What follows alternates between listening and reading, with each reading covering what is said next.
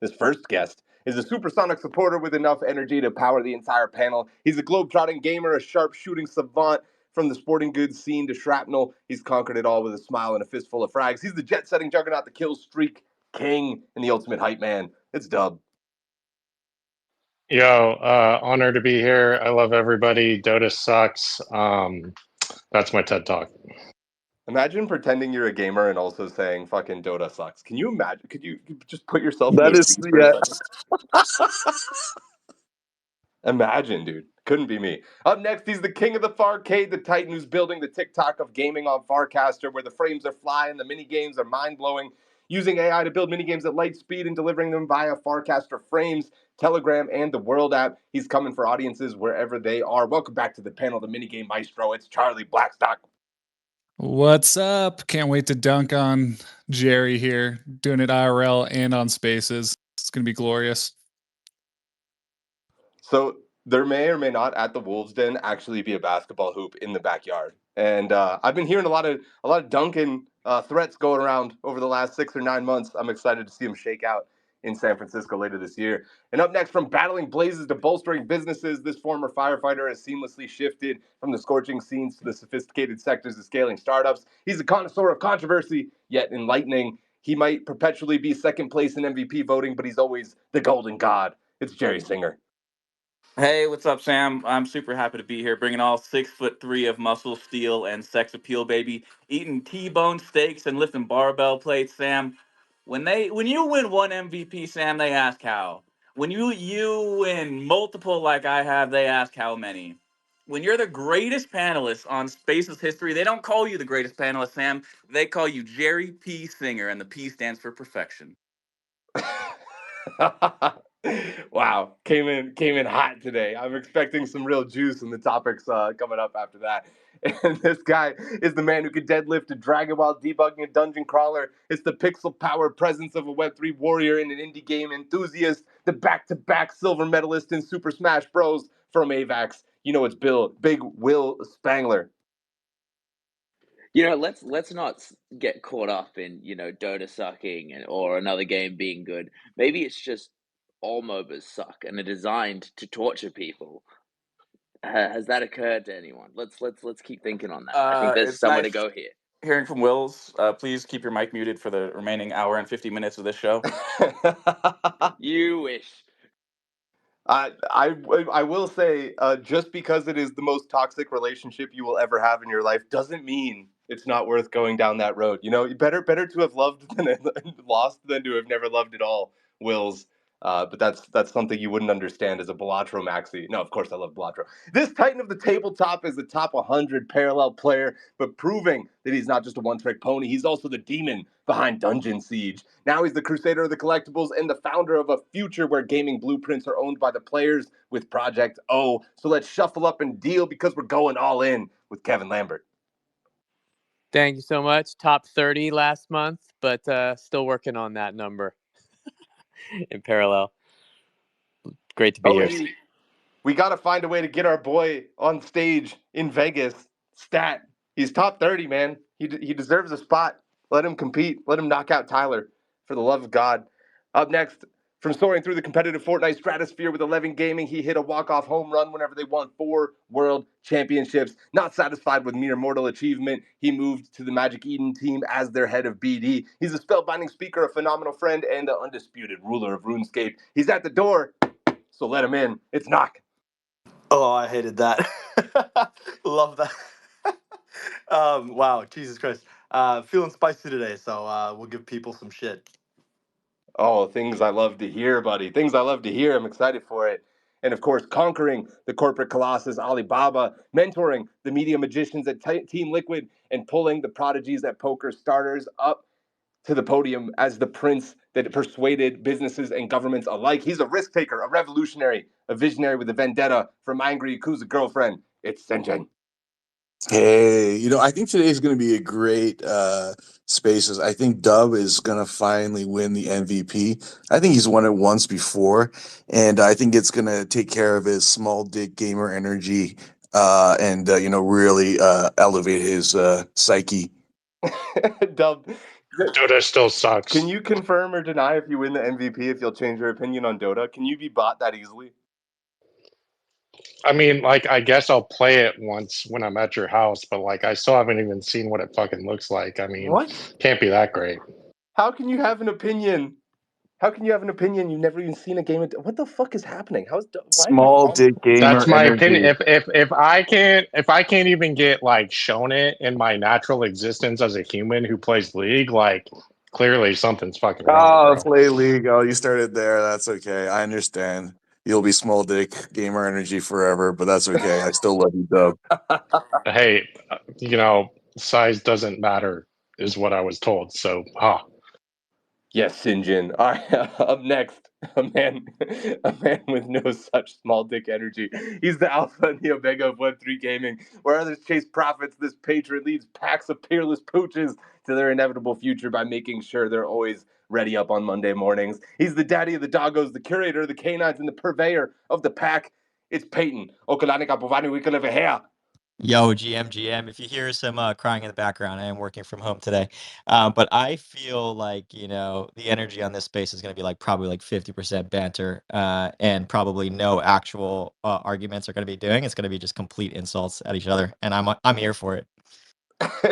Gaming down bad, but you can make your friends be down bad even worse if you try hard enough is the lesson we're trying to take away from this one. Up next, this rock climbing, guitar shredding, blockchain building genius is not only the co-founder of Parallel, he's also behind an AI-powered platform called Wayfinder that's set to revolutionize the way we engage with blockchain forever. But wait, there's more. We'll also see each other in Las Vegas about 10 days from now at that Parallel World Championship, the biggest live esports event Web3 has ever seen. It's the Prince of Parallel, the unofficial office supplier of Gamified. It's Kohji. Hey, what's up? If you hear crying in the foreground, it's because I work in Web3. But I gotta say, I stand with Dove. Those games stink almost as bad as Pokemon. So I don't know what you guys are thinking. It's all small dick shit, man. If you're wasting your time playing that garbage, That's just lazy bait. Oh, In my opinion, you guys just reached another level of insight. Oh, can somebody check the Avatar floor price? Because something tells me it's just cratering after that ridiculous fucking statement. All right, leaping from the lush depths of Lizard Labs, it's the lean green space hosting machine weighing in at a whopping 2.4 pounds. Put your claws together because it's the little lizard legend himself. It's Lems. GM, man, it never ceases to amaze me how Dub can have such strong opinions about something that he literally knows fucking nothing about. Like it's truly, truly spectacular. But yeah, man. that's this whole space. That's this whole space. Yeah, well, that's We what listen we to the show up guy for do every it. week. We listen to the guy do it for 2 hours every day. How are you still shocked? It's like MVP Dub, this is your time, brother. It's your time to shine, Dub. reminds me of old fuck, people dude, I'm taking my pants off.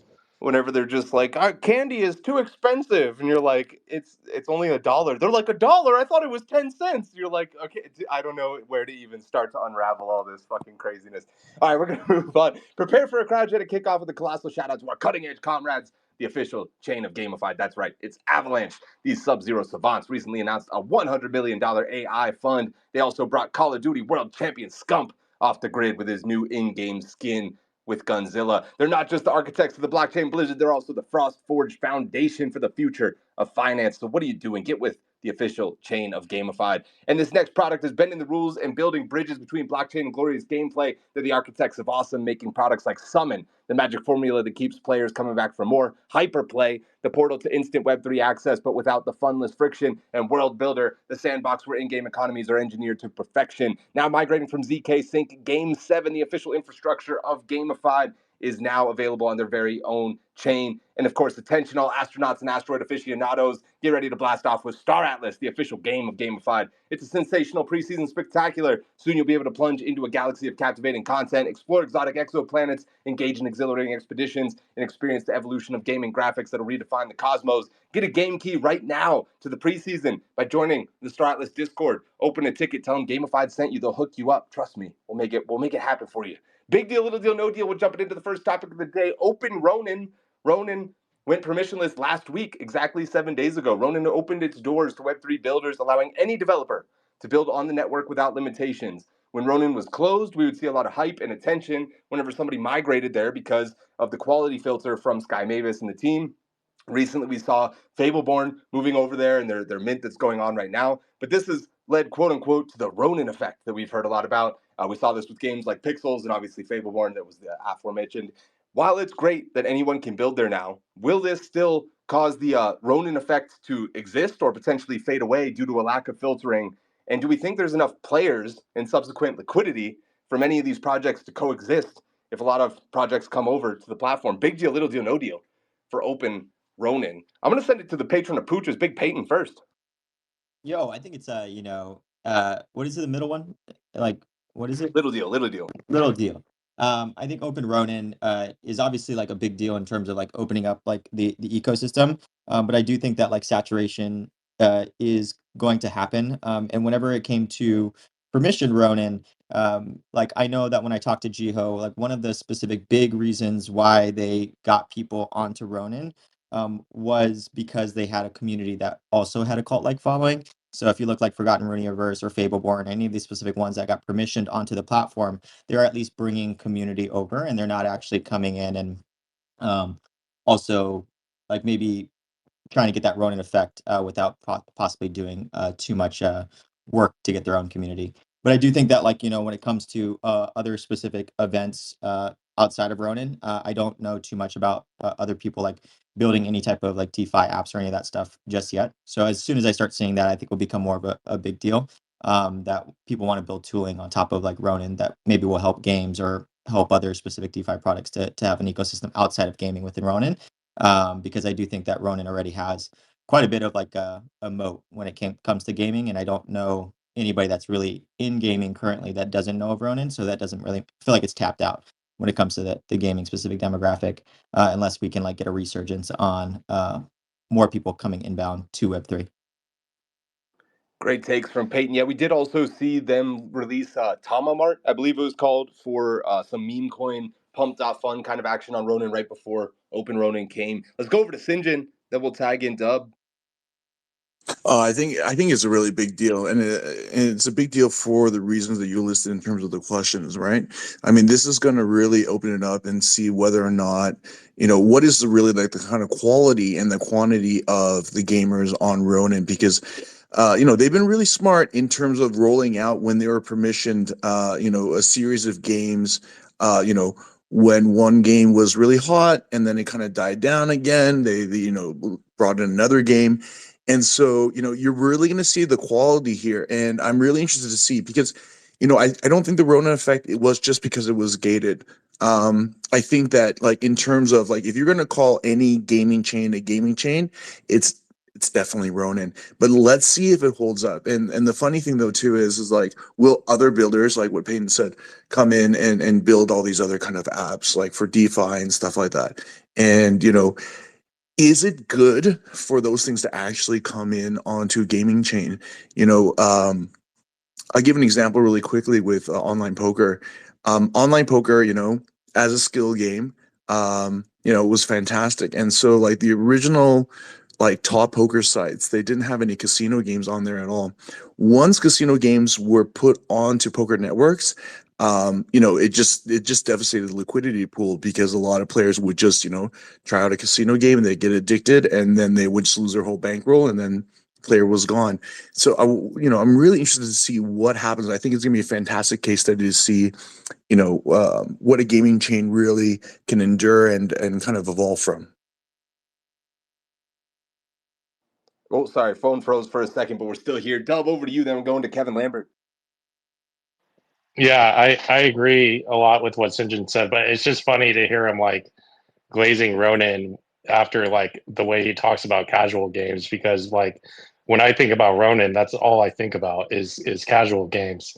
And like that's why it's a big deal for me, is like this feels like the only way they can step out of being known for that. I think they do need new users in order to reach that. I don't think FPS titles like MMO, you know, it's weird. These some titles just don't land with the Ronin community and hasn't landed pretty consistently. So doing this open network is definitely letting the gates open so that more people can take shots there's going to be more misses for sure, but at the same time, this is like the only step forward for them to not be only mobile casual games.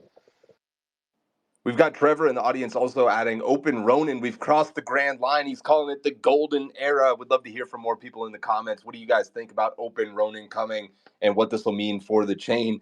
Kevin Lambert, over to you. Big deal, little deal, no deal. I'm going to go big deal. And this is timely. This is a relevant topic for us since we are still deep in the trenches, like looking for our home chain that our game assets will be on and things like that.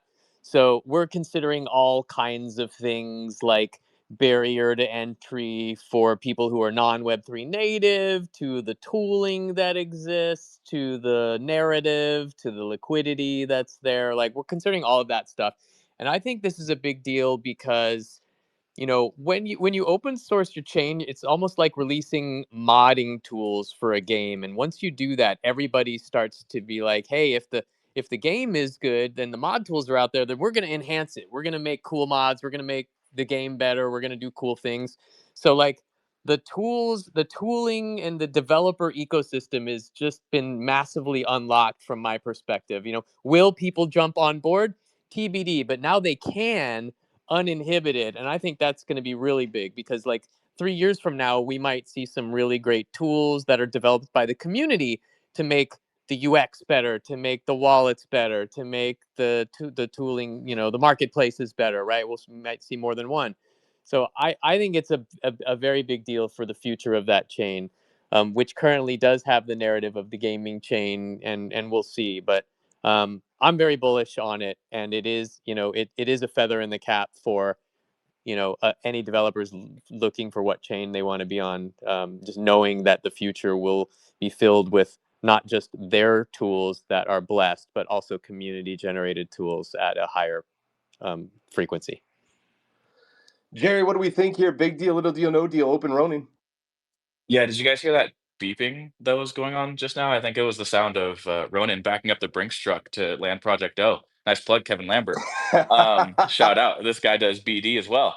Yeah, I think it's a big deal. Um, Listen, I don't think, you know, I mean, every ecosystem that we interact with most of the time is open. And I think we're at a really fascinating time in Web3 where you're watching a team, Avalanche, King make some projects, right? And they're not necessarily gaming projects, and they're token and they're culture products right now. But you know, I think even though Ronin goes open, it doesn't mean that the team behind them and the foundation and the people that are supporting that ecosystem don't know how to still like help those teams reach success, and they will still take strategic bets and they will still king make certain projects that go over to Ronin and always step in and help them. Does that mean they're going to do that for everybody? No, not at all. But do they still have the chops, and have they done it over and over again and shown us that they can do it, and will they continue to do it? 100%. So I don't think we need to look at this as is the Ronin effect going to go away? It's not going to. You'll still see it happen. They'll just take strategic bets on certain teams and king make those teams, which I think is an overall good thing because it lets the rest of the ecosystem open up to start to build on top of the culture that the Ronin team is foundationally set. And I think that's what the chain actually needs right now is the culture has been set for a long time. Now it needs to be expanded and built upon. And opening up is the best way of doing that. And now anybody can go do it. So I think it's a pretty big deal. Jerry's giving it a big deal. Kohji, are we going to see the 18th parallel game on Ronin? I think it's a big deal, but not for like I'm not necessarily bullish on the idea. I think it's a big deal because I'm not sure how it will play out. Like it's a bold move, I guess is maybe a better answer.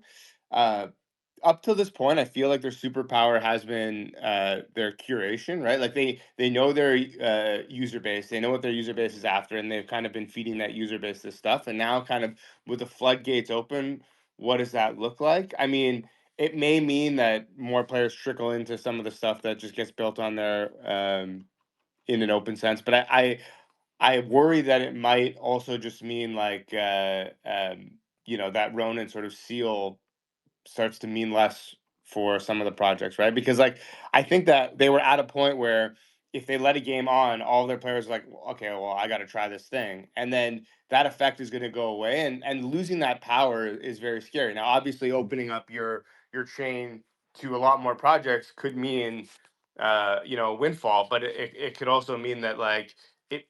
Okay, let me put it this way: there was a point in time when Netflix shows were a sign of quality, and if you heard that like, oh, it was made by Netflix, like House of Cards or whatever, like I gotta watch it. Now you think, oh, it's made by Netflix, it's got to be garbage, right? And so I would hate to see that happen with what they've been doing, because I think up to this point they've built something that services their community very well. So hopefully it doesn't have the Netflix effect, All I right. Well, guess. I'll push back on that at least a little bit. We started out being like, oh, it was made by Netflix. It must be garbage. Shout out to Marco Polo. And then we went, okay, it's made by Netflix. It must be good. Shout out to like 4 really good shows that they had. And now again, we're like, oh, it's season 3 and it got renewed after a 2-year contract and they cheated them out of the budget. Now it's going to fucking suck again. So we've fully round tripped it just like all of our bags. But point taken nonetheless. Gnoc, I'm trying to get you in the space here. Big deal, little deal, no deal. Big deal, but I got to address that Netflix point. It's more like, oh, it's made by Netflix. I might as well not even watch it because it's going to be canceled after season 1. Fuck it, I cannot. Oh my god, I can't stand how fucking often that happens. Um, this is a big deal for maybe a little bit of a different reason. To Koji's point, the superpower to date has been their ability to curate and king make titles that launch on Ronin. If you got in the door, you were able to launch Ronin. You were a game that sort of fit the mold of the types of players that were within that Ronin ecosystem. Then getting access to the Ronin blockchain was the absolute best thing that could happen to you. There's a bunch of players who are ready to play the type of game that you're ready to launch. It's a captive audience. They're absolutely like culty in their behavior around the network. They really love the Ronin blockchain, and most of them only actually participate with the Ronin blockchain. The reason why I say this is a big deal is because the doors have been open. And now the question is really twofold. One, is any of that staying power, or the things that we looked at Ronin and said, this is why that blockchain is great, does any of that matter once the doors are open? Can a new team go in there and find a similar effect? I think a lot of people are doubting whether or not that is possible. The second piece is, can Ronin do a good enough job of attracting talent to build out ecosystem tools that exist on other blockchains? We talked a little bit about this on Simplified on Monday, about how the Avalanche ecosystem is doing an excellent job in king making some of the culture products within the space. But from a technical perspective or from a branding perspective, they're lagging behind a little bit in terms of the awareness and the availability of tools that the average user can use on that blockchain. That's going to be, at least in my opinion, the more important piece. How do I get to Ronin? Is it easy enough for me to do so? Once I'm there, is there enough things for me to do with my liquidity? Do I want to bridge over just to play games, or are there other things going on the network? I think all of these are challenges that they never really had to face because they were the gaming chain. This was the only thing that they did. It was highly curated. Now it's a blockchain, right? It's a blockchain that has roots in gaming, but anybody can build on Ronin. Can they attract things beyond the gaming ecosystem? It's probably why they've leaned into Tamamart so much. That's what I think the bigger question is here. So it's a big deal because you've now got a captive audience who really is no longer captive, and you've got a blockchain who is trying to expand what they do within the space, and they've demonstrated an incredible ability to do great things from a gaming side. The question will be, can they attract talent from other parts of crypto, or do they even want to? We'll see how it plays out. IC dropped a great comment. He says Hunter Solaire gave me some really great predictions for Open Ronin. He predicted games without a home will choose Ronin, and thousands of gamers will rush onto their chain to migrate as well. But he also says that it'll dilute the player liquidity as there will be more games competing for that same gamer pool. So he thinks 2 or 3 games will stand out as community favorites, and that most of the games won't feel the Ronin effect. That largely mimics my own point of view here, but you never know. Could expand quicker than we think. Chuck Stock, Big Charlie, send it over to you. Yeah, I share a lot of what Koji's saying. Like, I think this is a big deal. Not for like great reasons. Like, I hope I'm wrong about this, but I think something that Ronin had was this permission and curation, and something that we need a lot more of in this space. I think we just like we're spinning up new chains and new games and new tokens at like such an insane rate that like I don't know that if opening the doors is the best move for Ronin. Like, I thought that was something that was really special about what they were doing was it was like this permission thing that like was hard to get in, and you could share a lot of the player liquidity. Like I think this is got to be a weird feeling for the really popular games on Ronin, honestly. Like I think this is going to be one of those things where now they're going to have to start competing with a lot more games all the time, and a lot more, like I think that attention is going to start getting spread very thin. So I don't know what this is going to look like. I'm super interested to see how it plays out, but it's also like an EVM chain. Like I think like this idea that they didn't have access to a lot of tools doesn't really make a lot of sense to me. A lot of these smart contracts and tools and a lot of stuff is extendable like very, very easily. Like they could have easily added a ton of these tools and still do it in a permissioned way where like they're not just over flooding the system with a bunch of stuff. So um, I do feel like it was cool also because it did feel like the Coinbase of like games where it's like that's something that used to mean a lot where like every token that got listed on Coinbase would moon, and now you can kind of see what's happening with Coinbase now when they're starting to list more and more. It's starting to mean less and less, and you can't just do that forever. So I think it's a big deal. It's going to like completely change the fabric of Ronin. I hope it works out for the better because I love the team, and I think I think they're really talented. But I'm just very curious. But I think it is a big deal, and I feel like I would have liked to see them stay more curated for a longer time. I tend to agree with you there. I thought curation was actually the thing that they did uniquely well, and it's a little bit weird to see them giving that up. Let's go to Lems, and then Sinjin will get the last word.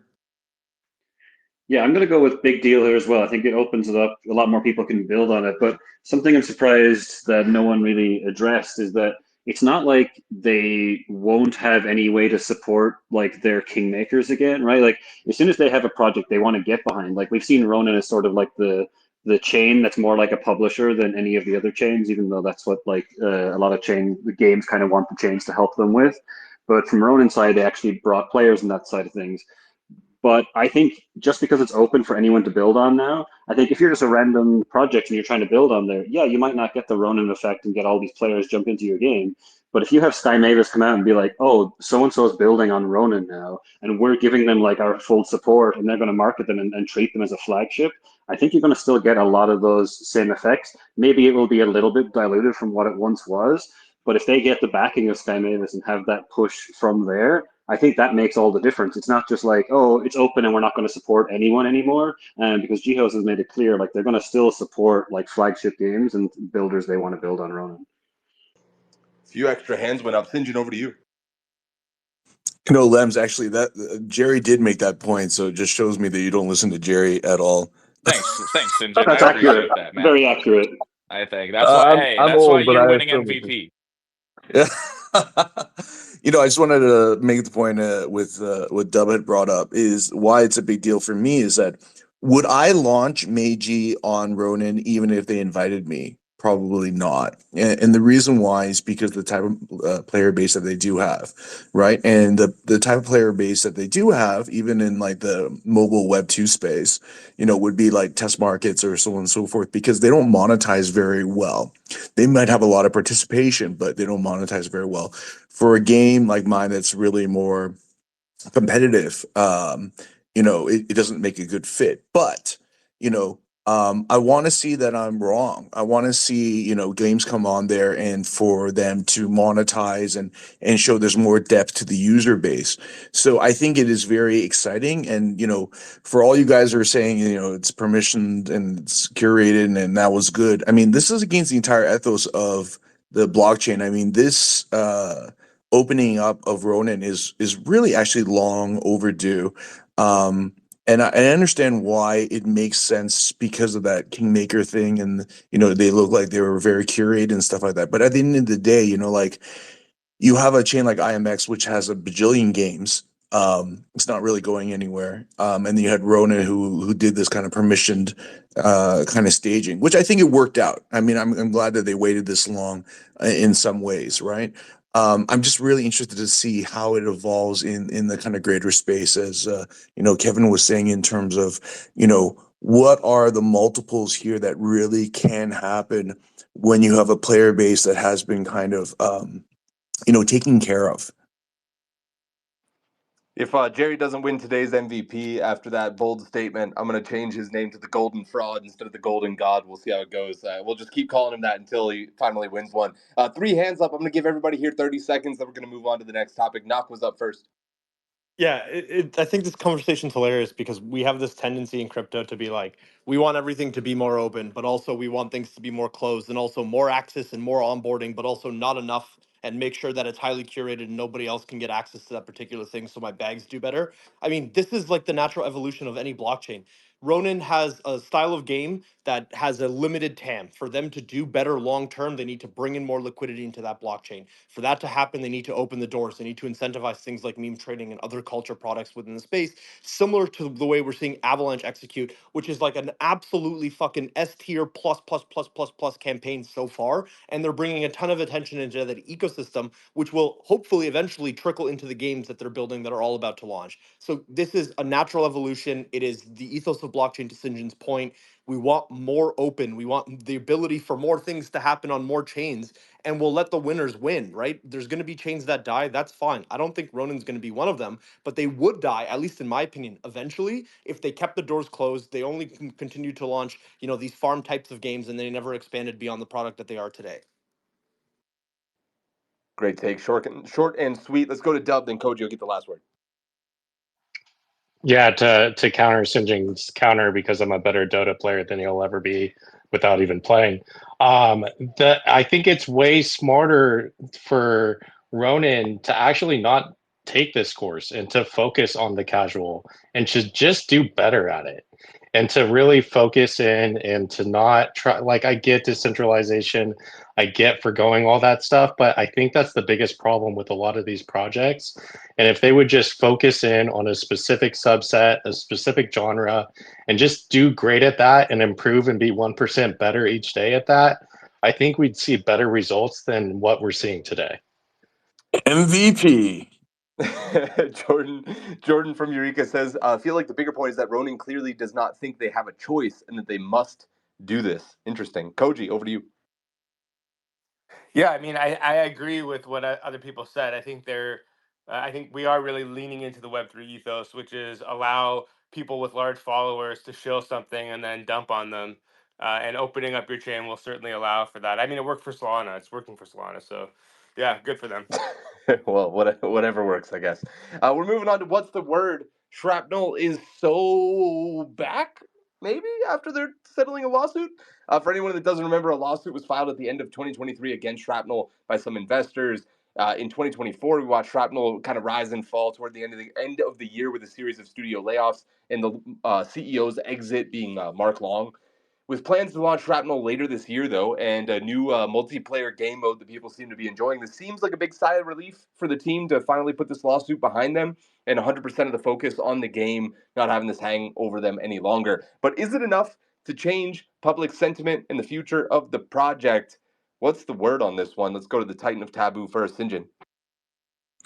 I think the word is like, it's like meh, like it's not really big news. And so, now with guns and everything else like that, I mean, like the first mover advantage for the FPS space and extraction, I think, was huge. I mean, but we had dead drop out. Sorry, didn't mean to make a pun or whatever joke there.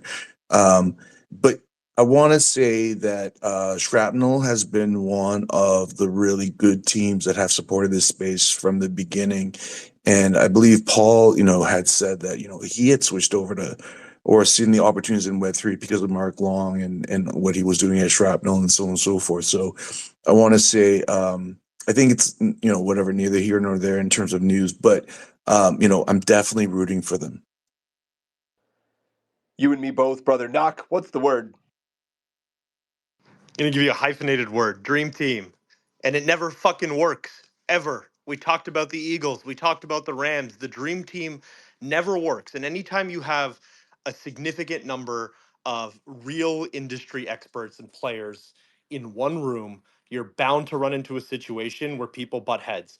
This started as far back as id Software in the 80s and 90s. And literally, the gaming industry is littered with companies that came out of nowhere, were massive games or businesses, and then fell apart because people started butting heads. I agree with Sinjin. I don't really think that this is a big deal. I think it was probably seen when you look at some of the heavy hitters there. There's a certain other title that I think fits the bill in crypto that we haven't heard a whole lot of in the last 2 or 3 years that feels like it could go the same way. But yeah, I don't think that this is unexpected. I think anytime you assemble the dream team, people are bound to butt heads. Oh, Gnoc, you've really changed your tone since the Super Bowl. You were telling me the three-peat was destined by another dream team, but I guess it doesn't apply here. Let's see if Koji agrees. What's the word? The word is few. I think that like as in like a side, I think that the idea here is like you just got to survive in this game, like, and in almost any sort of game, it's all about survival. Look, if they can get past this, if this didn't destroy them, uh, that's just one step in the right direction. Because like I can tell you that like with any form of success comes people trying to take you down, and if you can get past it, amazing, right? And with any form of tech, with almost any product, so long as the product is serviceable, it doesn't even have to be the best. So long as the product is serviceable, if you can live long enough, you will your chance of success is, skyrockets, right? Like people forget that like even a company like Amazon, back when they were just an online bookstore, filed for bankruptcy, right? Like what they did was outlast the web, the web 1.0 bubble, right? They survived, came out the other end, and became like an industry leader. Now, I'm not suggesting that that's what's going to happen here. But I'm saying that like if they can survive long enough and get past all the trials and tribulations, that's a sign of a product that has staying power. So this is just kind of they've jumped this hurdle. If they can jump the rest of the hurdles and put out a product that people enjoy, I think it's actually a move in a very positive direction. There's a couple of great comments in DMs. Mizzy, in one of the chats that I'm in, says the Shrapnel situation feels very mundane in comparison to scrolling down the timeline as Dave Portnoy launches his 10th rug and rumors of a dork having sex with the Argentinian president's sister being the reason my bags are down. If they ship a good game, most people won't care. That's a great point, man. It's a great point in the whatever the fuck you would call this reality. Knock over to you, buddy. Yeah, just to build on Koji's point, because he reminded me as he was chatting, the inverse of this situation is what unfolded with Dead Drop, right? Massive controversy, whole bunch of shit going on. Team can't come out of the other side of it. So hopefully, Shrapnel looks a whole lot better in 6 months from now than Dead Drop does. I'm getting some real spicy DMs about the Ronin situation too. I'm gonna at the end of this topic, I'll give a little update on the Ronin stuff, but I think you guys will be intrigued. Dub, over to you, buddy. What's the deal here? What's the word for Shrapnel's current status?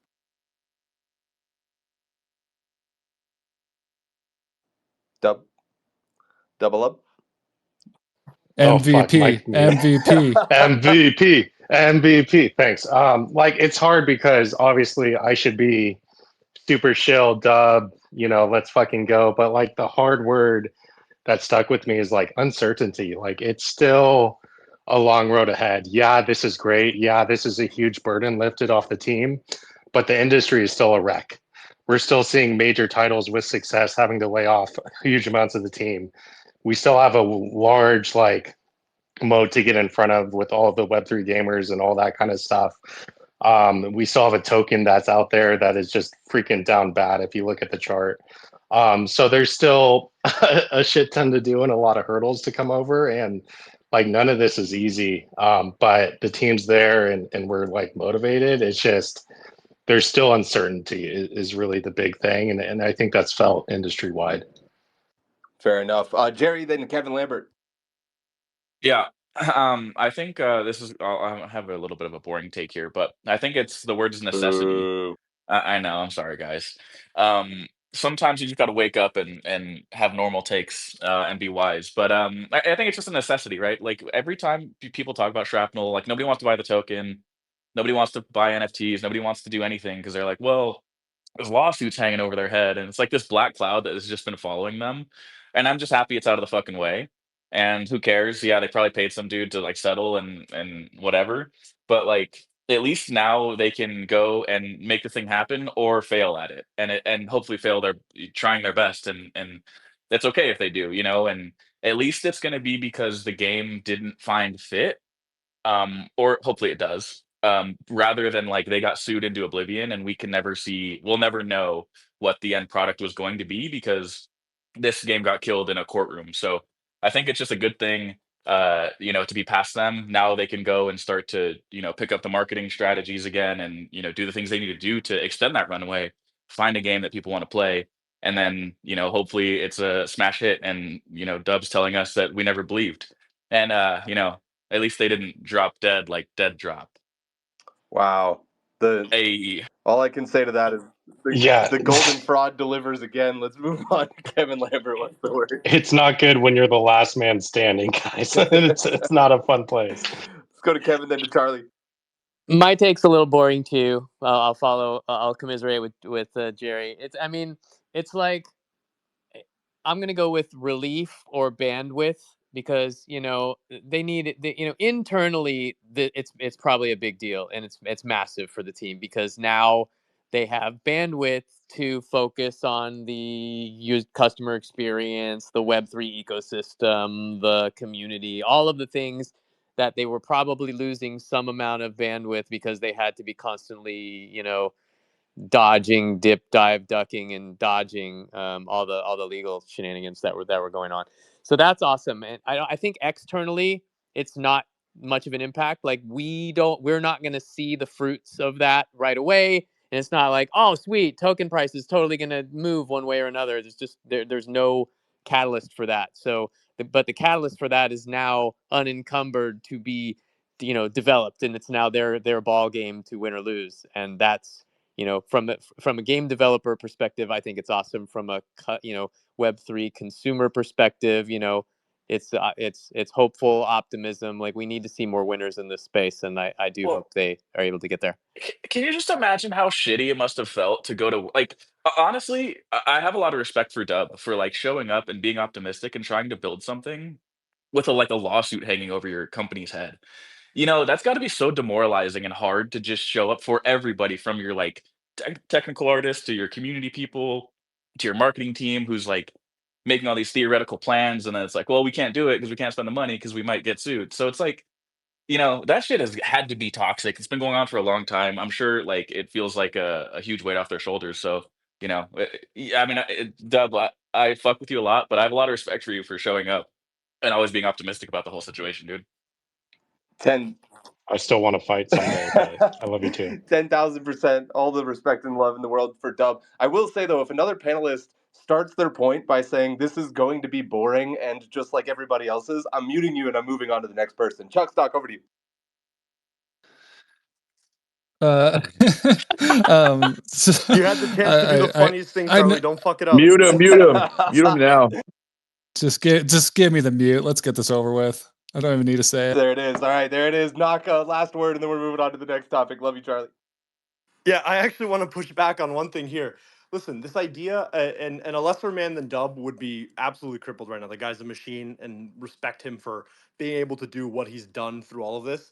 But I will say this: the idea that just because the lawsuit is wrapped up, that now they can just focus on the game, doesn't make any fucking sense to me. Because if Jerry and I get into a knife fight and I kill Jerry, I'm still cut up and bleeding, and I got a whole bunch of other shit that I need to fix before I can ever focus on anything ever again. So I think that this is a major win and a great thing to wrap up, but pretending like everything's green now and they're able to just run and build a game, I think is a little naive. There's surely going to be some ramifications of this downstream. It's a great point, dude. It's not like these lawyers are now freed up to go fucking design game loops or anything, like they're just on to other lawsuits. Hey, Jerry, we have a hand system here. You're always just talking over my people. bad. Respect the system, you fraud. Okay, go ahead with your boring take. That was so boring. Mute him. Mute him. Sinjin drunk with power at 4 a.m. in Hong Kong. Sinjin. Charlie gets the mute. Quiet, Charlie. No. Let me get my take. Come on now. Go ahead. All right, my word. Cook, brother. All right, I'm gonna cook, but my word is cockroach, and that sounds bad, but it's actually a good thing. Like building businesses is super fucking hard. It's way harder than anybody thinks it is, and so much about being successful is just staying alive. Like you just have to be a cockroach. You have to stick around. You just have to try and stay in the game. And I think this is like it was like a really unfortunate thing that Shrapnel had to go through. I'm super happy that like they might be on the other side of something that is just unfortunately just part of building a business. So not everything's just up and to the right and like super easy all the time. And so they're around. And so I think the next thing I'm looking for them is for them to like accelerate. Like, I think it's a opportunity for them to really start ramping up timelines and building and shipping quickly. So I think I'm hoping that's what the next 6 months looks like for Shrapnel, is just to see them shipping and updating and being more public about what's coming next. Thanks, Charlie. Some great comments out there. We have Kearney saying Jerry made him laugh out loud. We don't like that one too much. But then Icy says this is going to be a boring comment and agree with the rest of the panelists, and then hits it with hashtag mute me. So I'm ceremoniously muting Icy. Shout out to Icy. Kohji with the hand up. Kohji, real quick, and then we're going to the next one. Yeah. It's pretty clear to me that most people on this panel have no idea what it's like to be hit with a lawsuit at all. Because if you're like, oh, yeah, like, how is this going to help their productivity or whatever? You guys are out of your fucking minds, okay? The amount of mental energy and time that it takes for somebody who is not a lawyer, who's like maybe a founder who we covet in this space sometimes, to spend on worrying about this lawsuit, collecting information, doing getting all the DD stuff ready for the lawyers is like time that they could be spending working on the stuff that actually needs to get done. And we're not even talking about like hours or days. It's like weeks and weeks of bullshit and phone calls and everything else. So like, it's definitely going to, assuming they have the right leadership, it's going to free up that leadership to have a lot more time and hopefully oversight and whatever else that they need to do to get things trending in the right direction. Yeah, this obviously coincides as well with Mark Long leaving the company, which we talked about, and then also the pivot from being a battle royale extraction type game to more of a team deathmatch, capture the flag. I don't even know what to call it at this point. You guys will see in a couple of months, but I got a chance to get a sneak peek whenever Dub came out to visit. It was more fun than I expected it to be. We're moving on to, I want your guys' sentiment score. This has been one we've been doing a little bit more often. We're talking about Goblintown's new game. This is not Goblintown's first connection to a Steam game in 2023. Goblintown artwork appeared on the viral indie game, Only Up. They were able to incorporate the artwork because it was CC0. However, the game developer, known as Indie Solo Dev, later decided to remove it, citing personal stress and desire to move on from the project. Probably very similar to Supervive. Shout out to Payton, who got so like distressed by people being like, "Is it a Web3 game? Do you have NFTs? Do you have NFTs?" And they leaned into the joke, added a title that said this is a Web3 gamer or whatever, and then they ended up removing it because they were so sick of people coming in their Discord asking about it. This new game from Goblintown, though, is called Really Hard Driving Game. Amazing name. Is officially from Goblintown. They've posted on their Twitter, etc. So this other indie dev is not affiliated with it. It seems to be an Only Up style driving game where the goal is to stay on the road till infinity. It'll be available on Steam and Epic. There's no mention of Web3 integration, but the Goblintown NFT floor price did pump from 0.1 ETH to about 0.2 ETH. Not sure where it's at the time of this show. But what is the sentiment score from our panelists of this game coming from a non-gaming team, which has historically been atrocious? If you've ever seen Doge Pound or any of the hundreds of other NFT collections that decided they were game developers overnight whenever it was a really trendy thing to do. So what is your sentiment score of this game coming from non-game developers and also keeping the NFT collection alive? Let's go over to Payton first on this one. Yeah, in terms of the game, I don't think it's going to take a lot, right, from a standpoint. I think whenever I was working with Mark Otero from Azra, and he was talking about, if you want to get into game development and you go very fine-tuned into a niche, right, and just know everything about that and like kind of simplify your specific building before you go in and try to build on top of that. And I think you can't really go simpler than Only Up. And like in terms of that, I think it's a very good twist in terms of like the car racing, like, in terms of that stuff. I think it's going to look a lot of fun. Like the trailer is fantastically done from a marketing perspective. I don't know what the sentiment score is out of 1 to 10, but for me, I gave the trailer a 9. I'm going to download, I'm going to play it. And I think it's going to be really fun. And if anybody has played chained together, and whenever you're driving together, it's a lot of fun, right? Like the controls are kind of messed up. It's not like it's like kind of like Halo Warthog, but not really type of thing. But like I think having a full game like that with it, Dub, stop. So yeah, I think that's like Dub, Dub, Dub, you're tasting games, brother. Obviously, you've already disqualified yourself from any type of games coming right off the panel saying Dota sucks. So like, anything that you say to refute me is like completely false. Dub hitting him with that penchant for thumbs downs. One of my concerns around this game, and I'm sorry if I'm front running any panelists here, but whenever Only Up came out, it only took about a week before somebody had mimicked it exactly in Fortnite and they were able to play it for free, which is one of the fundamental issues with these types of games that are just pretty simple and easy to replicate. I want to send it over to Big Will Spangler, then we'll tag in Dub. Yeah, no, I think I mean sentiment. I'm gonna give it a 6. I think it's not nothing. It's something. The game looks cool, and as was said, this is the kind of thing that people can get around quite easily. There'll be YouTubers that it'll be clips, it's content, and that's what I think is really smart about it. These kind of games, hell, I've been sucked into the bloody YouTube shorts of these only up games that I have no intention of playing ever, but I want to see what the next little jump is. So if that's your goal, building NFT and building clout around the NFT to bring people into this kind of mass market appeal, shock and awe moment. I remember when we were talking about Lethal Company, and why Lethal Company was so big is because it created that kind of shock and awe content that tracks really well across all social media platforms. And I think that that's the really smart play. The trailers, I think, I'll echo that. It's a 9 out of 10. I just watched it. It's hilarious.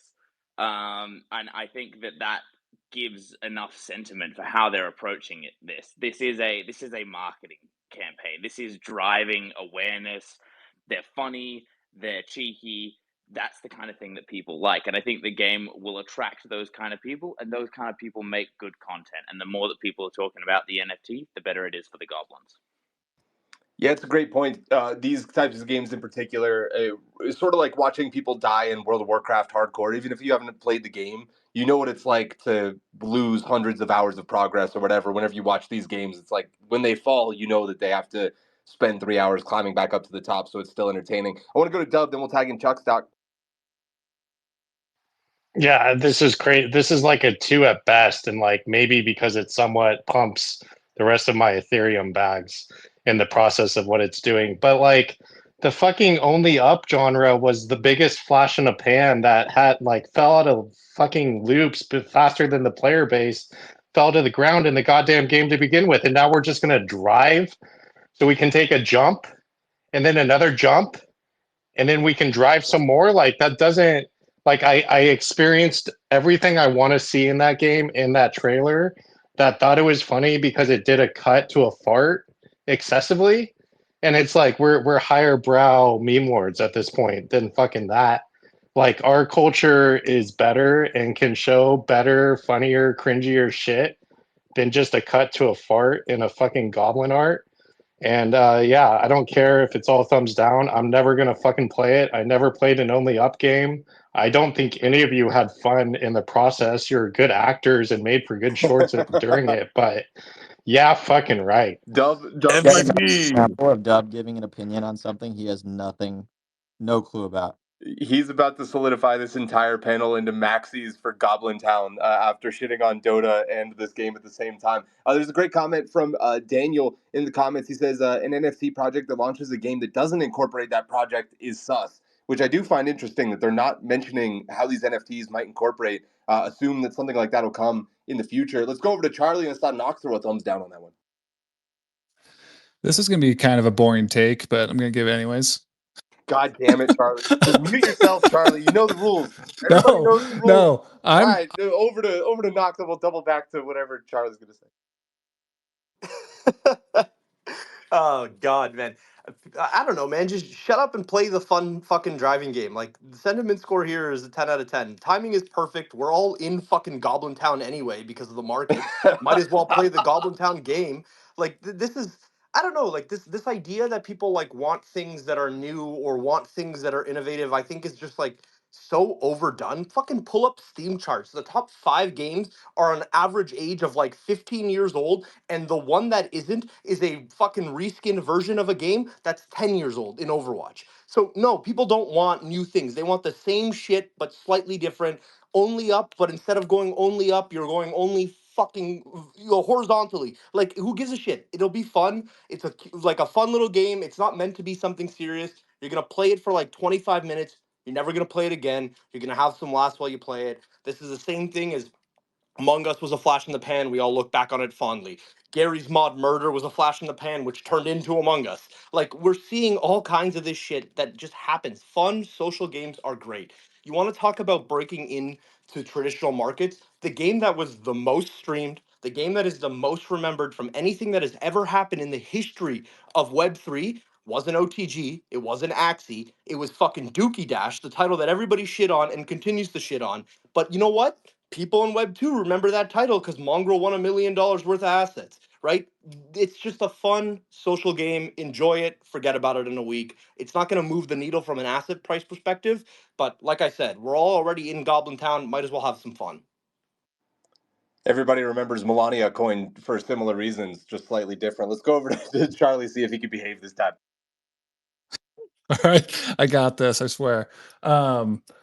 Yeah, Knock is 1,000% right. This is a 10 out of 10. This is exactly. They're not trying to build Fortnite. They're not. This isn't meant to be the game that you play for the rest of your life. And I think this is just the way that gaming is going. Like, there's so like games are getting easier and easier to build. I think games is going to be all about capturing moments and creating, social experiments and doing this stuff together. And I think games should be looked at as more like throwaway going forward. Like, this is going to be a really fun event. I think it's going to attract a lot of people. It's super on brand for Goblintown. Gives me a tremendous amount of hope for all my fucking shitter NFTs like Stoner Cats and stuff. I want the revival. I need them to make a game, bring them back to life. Just things are just holding my bags down. So I love this. I think this is like the future of gaming and like how like a lot of like community and social gaming is going to work. Is you're going to spin up these really fun ephemeral games that are meant to only be fun for a week, and that's perfect. That's all they need to be. Yeah, that's a great point. Usually, because these games, like Only Up, are created by single devs or two devs, they can sell 30,000 copies at like $15 each and be like, holy shit, what a massive success! Like, they don't need live ops and battle passes and stuff for it to be a success beyond that. So if they're doing a similar thing, it might be able to be wildly successful while not having a year of 100,000 concurrent players or something like that. Let's go over to Kevin Lambert. Then I'm tagging in Jer Bear. All right, this is going to be the spiciest take, and I'm going to say three things, and you won't believe number Oh, two. I love the hook, Kevin. I'm locked in, dude. All right, I'm actually kind of joking about that, but I met the goal. Mute him. Yeah, it's awesome. So I thought that the video, the trailer was masterfully done. It was so good. Like, I mean, you have to kind of pick your niche, your shtick to go after, and they're not going for like serious AAA. We're gonna bridge the gap and bring in Web 2 with this title. Like, that's not what they were attempting to do, and they were going for a viral moment. Like, I look at this like maybe it could be the Skibbity toilet of Web 3. Like, who knows, right? But like, I think, I'm definitely going to play it. Am I going to play it for more than 25 minutes like Gnoc suggested? I don't know. Like, it depends. Who knows what fun, crazy things lie beyond that? Would I be looking at this as like, oh, finally my Goblintown bags are saved?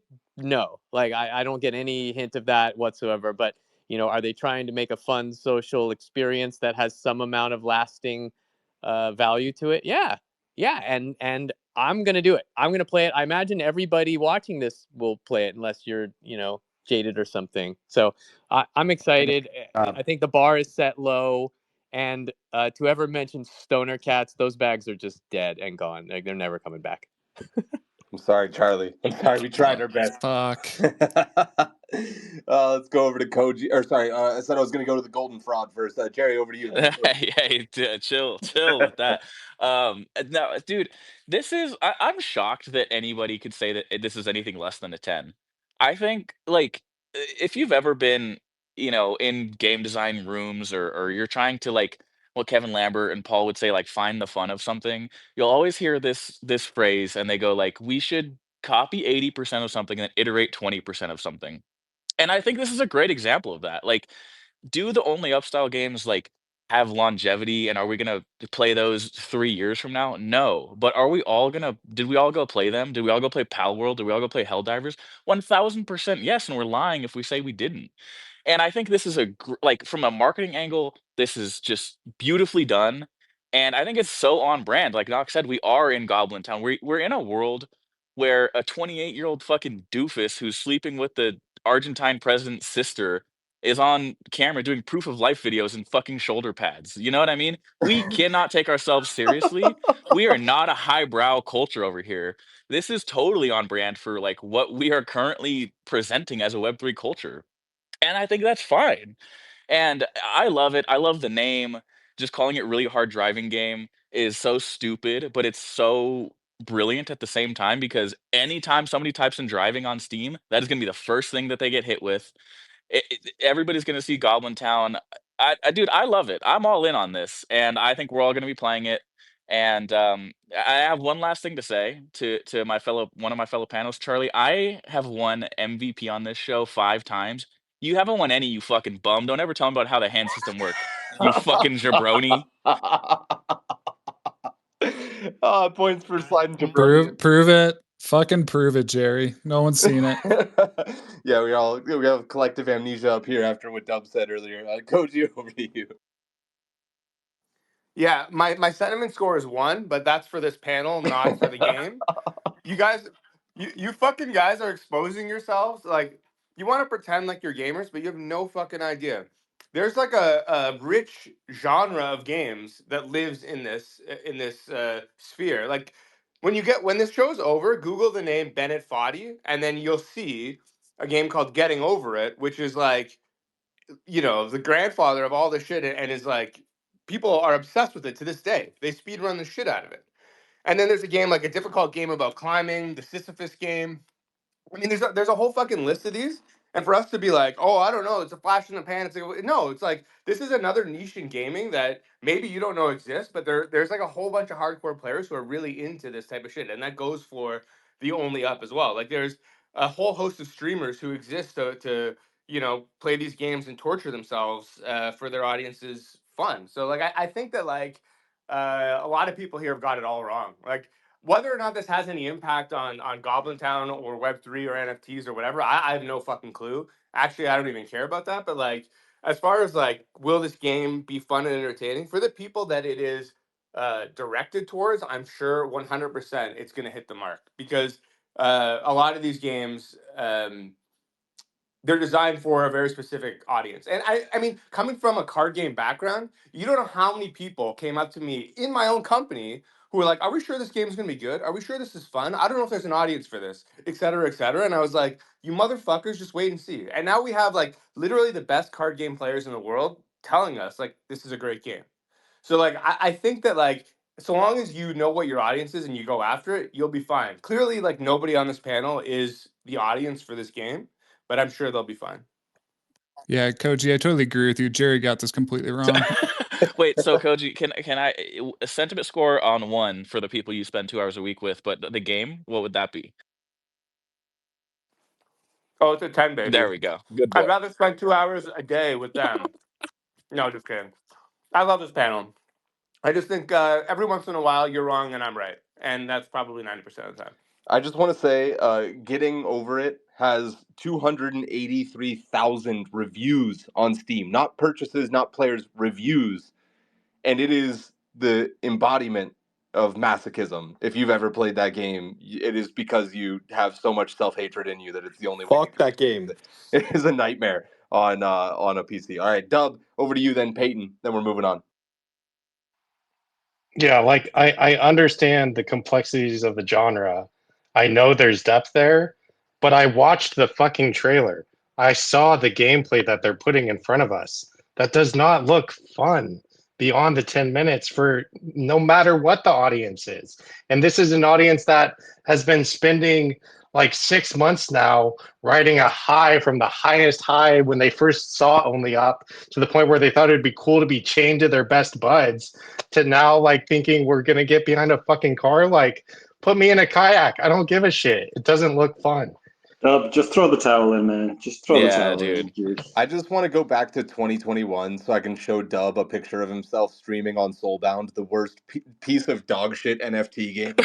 No gaming relevance whatsoever. And I would type in the chat, Dub, rate this game out of 10. And he would go, oh, it's pretty good, 8.5. And I'd be like, have you played Call of Duty before? 8.5? What are you doing? And now he has takes like this. It blows my mind. Payton, over to you. Yeah, it's also coming from the person that thought Seraph was like a really freaking groundbreaking game and never played Diablo before. That was hilarious. The other specific thing that I'll say is like I think it's gonna be a masterclass of like only up and thing and all that stuff, but then you add multiplayer. Dude, I would love to like race against Jerry, like on a specific one. Dude, I think it's a fantastic like there's a lot of ways that Let's do it. you know what I mean? In terms of like the only up stuff, like yeah, you can like race somebody or whatever, you can race time like speed running, but like actually having another car in there, like that's a possibility, right, for the game. And I think it's a fantastic way to iterate. Wait. I gotta just defend Dub for a second here. His enthusiasm is his superpower. Somebody has to like the dog shit games we make, and it's Dub. So let's be nice. Yeah, but then he hates the good ones. Can't that Yeah, dude. enthusiasm translate to good stuff too? I don't get it. Wait a second. Dub likes my game. What are you saying? Koji, no rebuttal for that one. All right, Sinjin, over to you, then we're moving on. Yeah, so like a lot of mixed points here. Okay, so for them, it's fantastic. I think it's a 10 out of 10 sentiment for them as a game. It's branding, it's on point. It was a simple game, lots of polish to it. But for Web3 gaming, like, yeah, I give it a 2. And Charlie, you fucking AI motherfucking developer saying like games are gonna be throwaway or whatever like that. Fuck you, right? Because I think and Gnoc too, fuck you too, you fucking dirty capitalist motherfucker. Because like the reason why those fucking games are lasting 4, 5, 10 years is because when they came out, they were the fucking nuts, right? It's not because like they were not great. They were so fucking nuts that we haven't been able to surpass that. And when you take the art out of like gaming, right, and you just turn it into this commercial thing, fine, make these corporate games. But I have a friend who's a gaming executive at a pretty massive multinational brand. I don't want to say the company or his name because he shared something with me, and it was like they make games for roadblocks for other brands within their conglomerate, and they pour so much data and analytics into making these games to like create them, and they always fall off after like 2 3 months, right? And they spend a lot, and what they're doing is they find a clone of a great game that's working really well on what Roblox, and then they rebrand it, and for the first 2 months it's fantastic, but in terms of lasting returns on it or like even longevity or retention, it's like fucking zero, right? And so in the same way, like Goblintown, they're not a gaming brand. It's great. They're not talking about NFTs or whatever like that. It's great for their brand, whatever like that. But who the fuck knows what Goblintown is out of crypto anyways, right? Yeah, we're all in fucking Goblintown, but like they were fucking weird then, and then we had to try to believe that it was fucking cool when they're like and fucking acting and like they were dressing up weird and they're like hugging trees and shit like that. Do you remember that?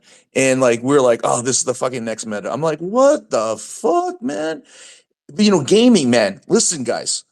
Dub, you're the MVP. Not because of everything you said, especially about Dota, but like what is the gaming culture we're trying to really make in Web3? And then as we lean into speculation part and stuff like that, and we lose that core, no one's gonna fucking come and hang out with you fucking losers if it's gonna be like that, right? I mean, we have to have our own culture, our own kind of set of what defines, Web3 gaming, and whichever avenue wins out is whatever. But the fuck am I gonna be a fucking Goblin Town fucking casual game fuck who just thinks this is what game should be, like it happens, it's good, 24 hours later like the game's fucking gone. Fuck that. Man, I did not expect this to be such a tumultuous topic, but I'm enjoying it. We do have to move on in just a second. I see Knock and Jerry with hands up. I'll go through them, and then we got to go. Knock, over to you. Got you, Yeah, Mr. Payton. we got to be in like the fucking upside down, man. Anybody who doesn't understand or know the experience of finding a random game on Steam that is blowing up, paying $4, playing the fuck out of that game for 15 hours on a Saturday with your boys, and then never touching the game ever again, doesn't fucking play games. Like, there are plenty of throwaway titles. There are literally maybe 12 titles in the entire world that aren't throwaway but beyond like a 3-month window of time, right? Like everybody still plays games that are fucking 20 years old. You want to talk about, oh, I don't want to jump over this and then jump over that. Brother, I've been clicking that fucking tree, chopping it down, and clicking that fucking tree again for 20 years. What are we talking about? Like, this is gaming, man. You jump into a Call of Duty lobby, you scream about fucking aim assist, then you come back and you jump into a Call of Duty lobby and you scream at a 12-year-old kid and you do it again ad nauseum for your entire fucking life. All that we do in this game, in gaming, is play 10 titles forever and then 49 titles a year that you play for 4 hours with some friends and you forget about it. That's all that this is. It's perfectly normal. It is absolutely part of gaming culture. I cannot believe that anybody is pretending otherwise. Incredible take. All right, Jerry, over to you, buddy. God bless that man. That is Gnoc. You know, Gnoc. The one thing I'm truly grateful for is that you fucking made it out of that hospital, man. The world is better with Gnoc not being in a coma. I say that lovingly. I hope that didn't come across too mean. Um, but listen, if I recall, a couple months ago, maybe about a year ago, we talked like crazy about how great it was that we got fucking plushies inside of a Walmart because what was it going to be? It was going to be eyeballs on a Web3 IP. And I see this as just a video game version of that. I think this is going to do extremely well. And, you know, we all were like, man, we really wish Pal World would have gone into Web3 like they flirted with. And that was a flash in the pan, but we wanted it so badly. And now we have something that can maybe do something similar, and we're being negative about it. Even if it doesn't have Web3 ties in it, just getting the IP in front of people is something we applauded another team for doing. And we're shitting on like a team right now for doing it. Yeah, that party was horrible, dude. That party was is the reason I will never go to NFT NYC again, though. To Sinjin's point, like that was awful. Yeah, shout out to the NFT conferences for being complete utter dog shit. Charlie with the hand, I'll give you a quick 30 seconds, so we got to move on. Yeah, to Doc's point, I feel like this is such like a pillar of gaming, is like these like these one-time experiences with your friends on weekend where you just play this random bullshit game. Like it is such like a fun thing of gaming, and I think it's crazy to like dismiss something just because like it doesn't appeal to like your specific brand of gaming. So I love it. Knocks on point. Jerry, I think you agreed with us, but I don't like your take. So No Small dick MV, gamer yeah, energy. no MVP having us.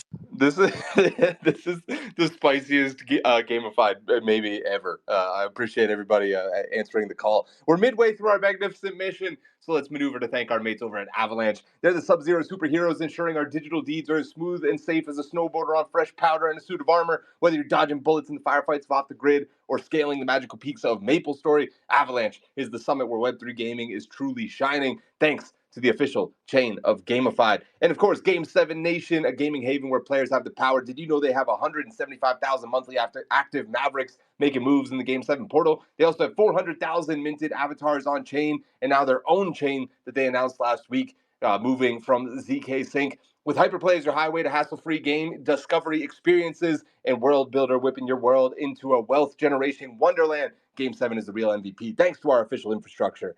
And of course, buckle up, Space Cadets, because Star Atlas is about to launch a rocket full of loot, that'll make your head spin faster than a black hole. The Golden Carnival Mega Mystery Week is coming for February 21st. It's this Friday, but you can join them every single Friday before and after that for your chance to win $4 million in prizes. We're talking enough cosmic credits to make sure you're the envy of the galaxy, so scramble your starship and set your coordinates, for the Star Atlas Discord to learn more about the official game of Gamified. I feel like I'm a little bit sleep deprived today, and I feel like I'm ping-ponging between completely locked in and completely out of pocket madness, depending on whatever 5-second interval I'm in. Big deal, little deal, no deal. Off the Grid is on the comeback? Question mark. Off the Grid has had a lot of hype whenever it launched, with big streamers playing and everyone in Web3 gaming excited to have mainstream gamers finally looking at a blockchain game. Weirdly, that's exactly what we were just talking about with Goblintown. But there were some issues like optimization, server stability, cheaters, some people complaining about queue times, etc.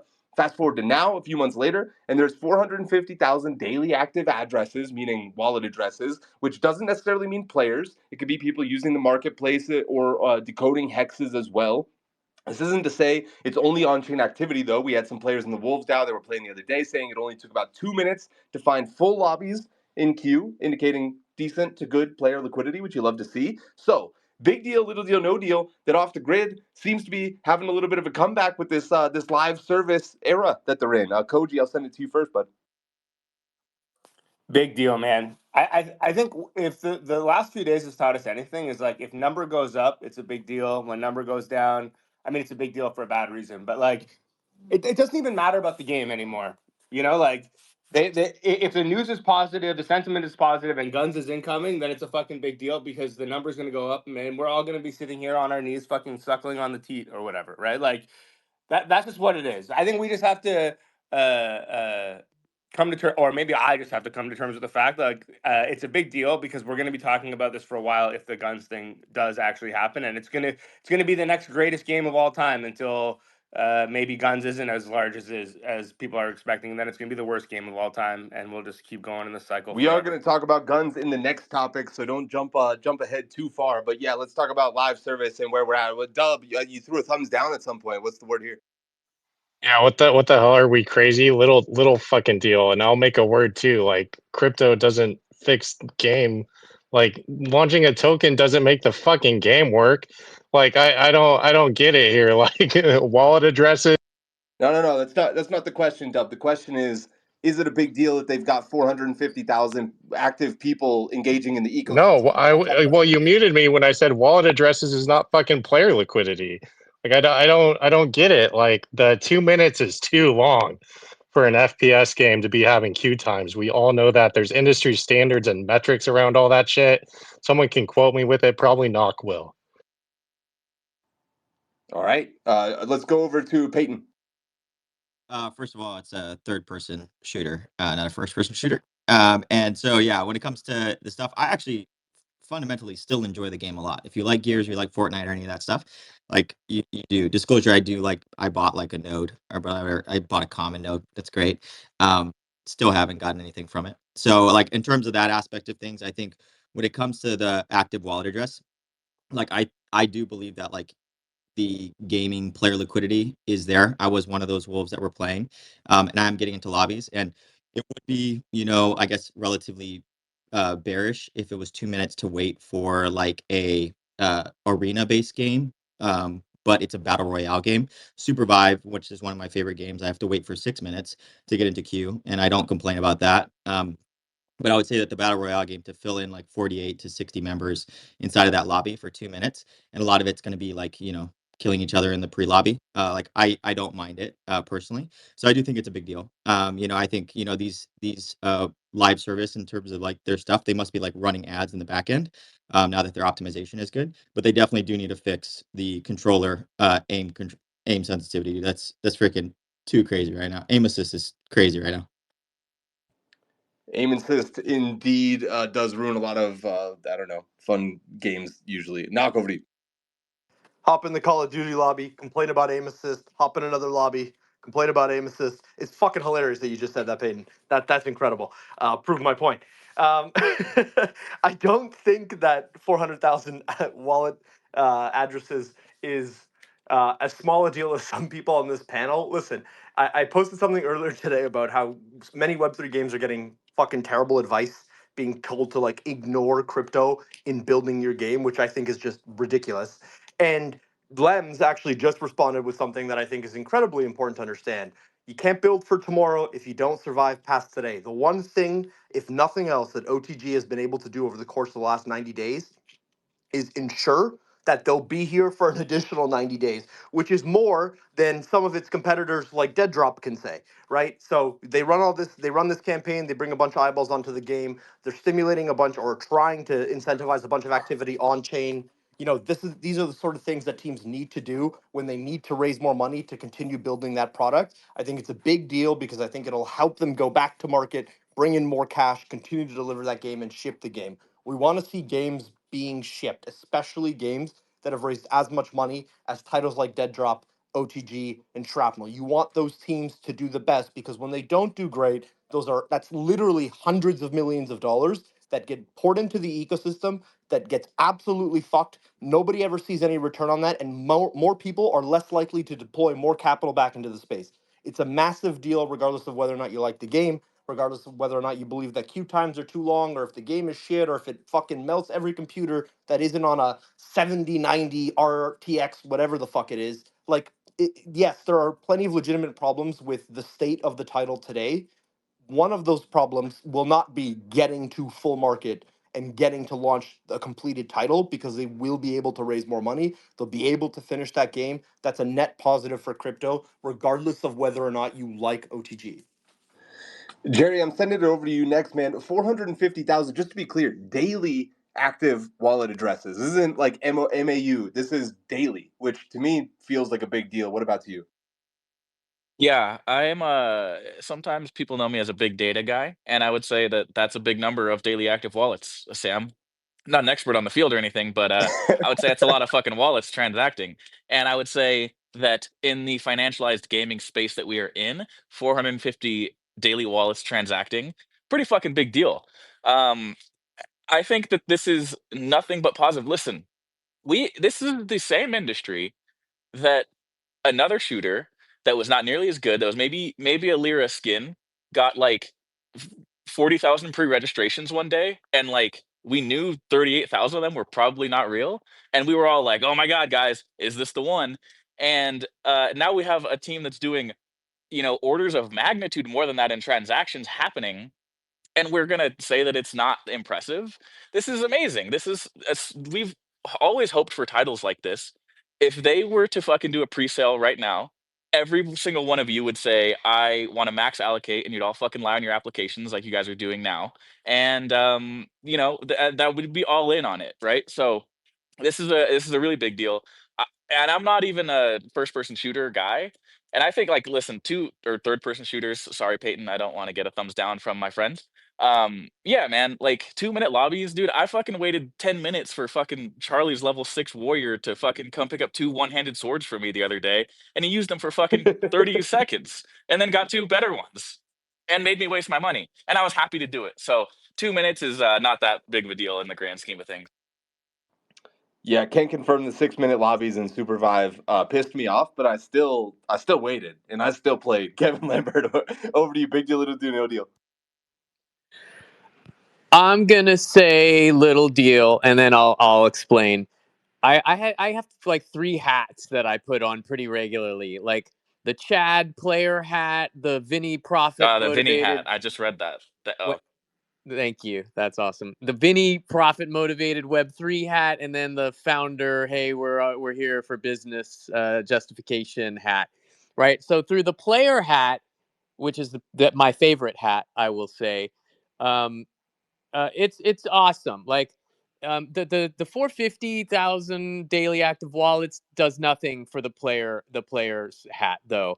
But the 2 minute queue time is pretty good. And I've played the game. I've watched the game. I'm not good at it, but the quality of the game is good. The game is fun to watch. It's on console. It's got wide adoption, and I can see the game being around for a while, and that's encouraging. Like from the player perspective, it's good.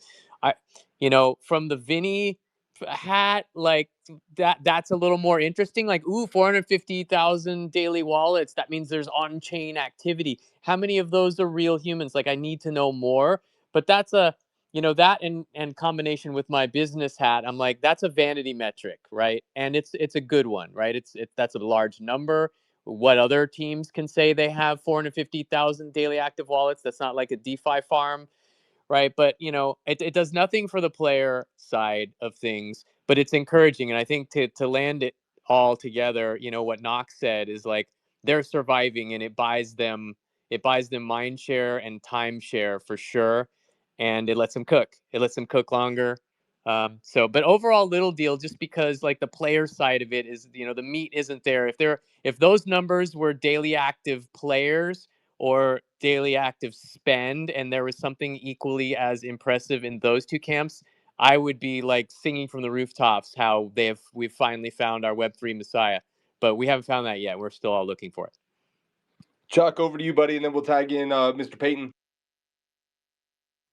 Yeah, I love what Kevin just said. I think like you're always kind of wearing different hats as a founder, and I think this is just like clearly just like a vanity hat. And I don't love this metric, like on-chain transactions. Like anyone who's written bots or scripts, like I could probably spin up 10,000 to 100,000 bots with 100 lines of code, and it would be very easy to like simulate a bunch of transactions on a blockchain. Like it's just not that hard to emulate transactions. And the fact that they have this many transactions and not that many players just means there's a lot of people farming. And so I think like to me, it'd be a lot more exciting to see like revenue or earnings or fees. Like I think that stuff's like much more meaningful. And so I don't love like the transactions on chain because I don't actually know what it indicates. Like I don't know what that means, quite frankly. I don't know if that means you have a ton of interest. I don't know if that means you're making a lot of money. I don't know if that means you have a bunch of bots and a bunch of people farming. And like I don't know if that's necessarily a good thing for your game long term. I think that just means you have a ton of people wanting to extract value, is usually what that means. And so I think it's a little deal because I don't think it's a valuable metric. So again, just to be clear, not transactions, but active wallets, which indicates a transaction in there somewhere. But 450,000 transactions, certainly not as interesting as 450,000 active wallets. Payton, over to you then to knock. Then we're going to expand this topic a little bit. I just want to kind of go into a little bit of like how off the grid does like transactions because maybe people don't play the game, which is totally understandable. Obviously, Dub does not play games, but when it comes to that, that's the last one, Dub. I promise. That's the last shot across the bow. You know better, bro. I mean, I got into Cat because of OTG. I know. But anyways, in terms of OTG, how they do the transactions is marketplace specific buys between others, which definitely can be a kind of a bot doing that. But the other one specific one is like also decoding hexes. It's kind of the way that they do it is they also do the battle pass, and the way that they do the transactions too, I will say, is like a little bit sus when it comes to that, because there is like they pretty much really encouraged like to be able to decode a hex, to be able to do any type of marketplace transaction. All is like a test net transaction between this stuff, but a lot of it is abstracted.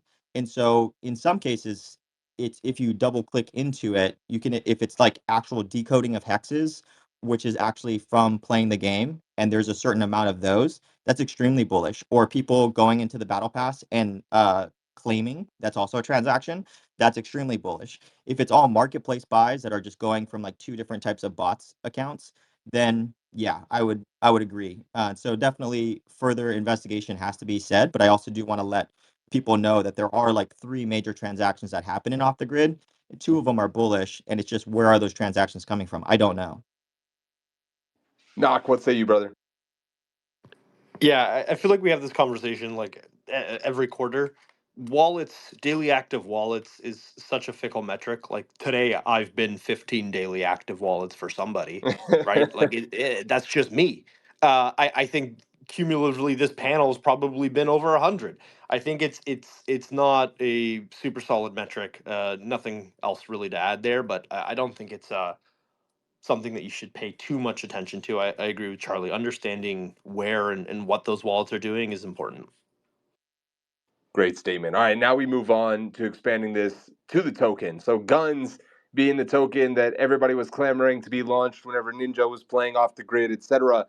There's been a lot of talk all of a sudden about it coming back and maybe GUNZ being launched soon. This is all rumors. I have no idea, but it seems like it's maybe on the table again. Seems to be like people are maybe gearing up for it. The timeline, though, obviously has been pretty bearish on gaming in general. If GUNZ did launch today, do you guys think that that would have any impact on the current state of how people are perceiving Web3 gaming as a investment vehicle? Because that's, I guess, what everybody looks at every piece of blockchain technology as right now. Dub, with the hand up first. Yeah, not financial advice at all, but if Guns was to launch now or like within the next month, in my mind, it would freaking run. It would be a great narrative. We would see tons of people that have excessive amounts of liquidity available, specifically on the AVAX chain, piling in to that token while also being probably pumped by the foundation. And there's just no way that thing doesn't just gigasend based off all of that kind of stuff. And then thusly everyone else would grab onto this narrative that even Solana's been pumping, which is the pivot into something real, something that's a product, which like gaming just makes a million times more sense for than my dumb doo doo brain meme pain thing.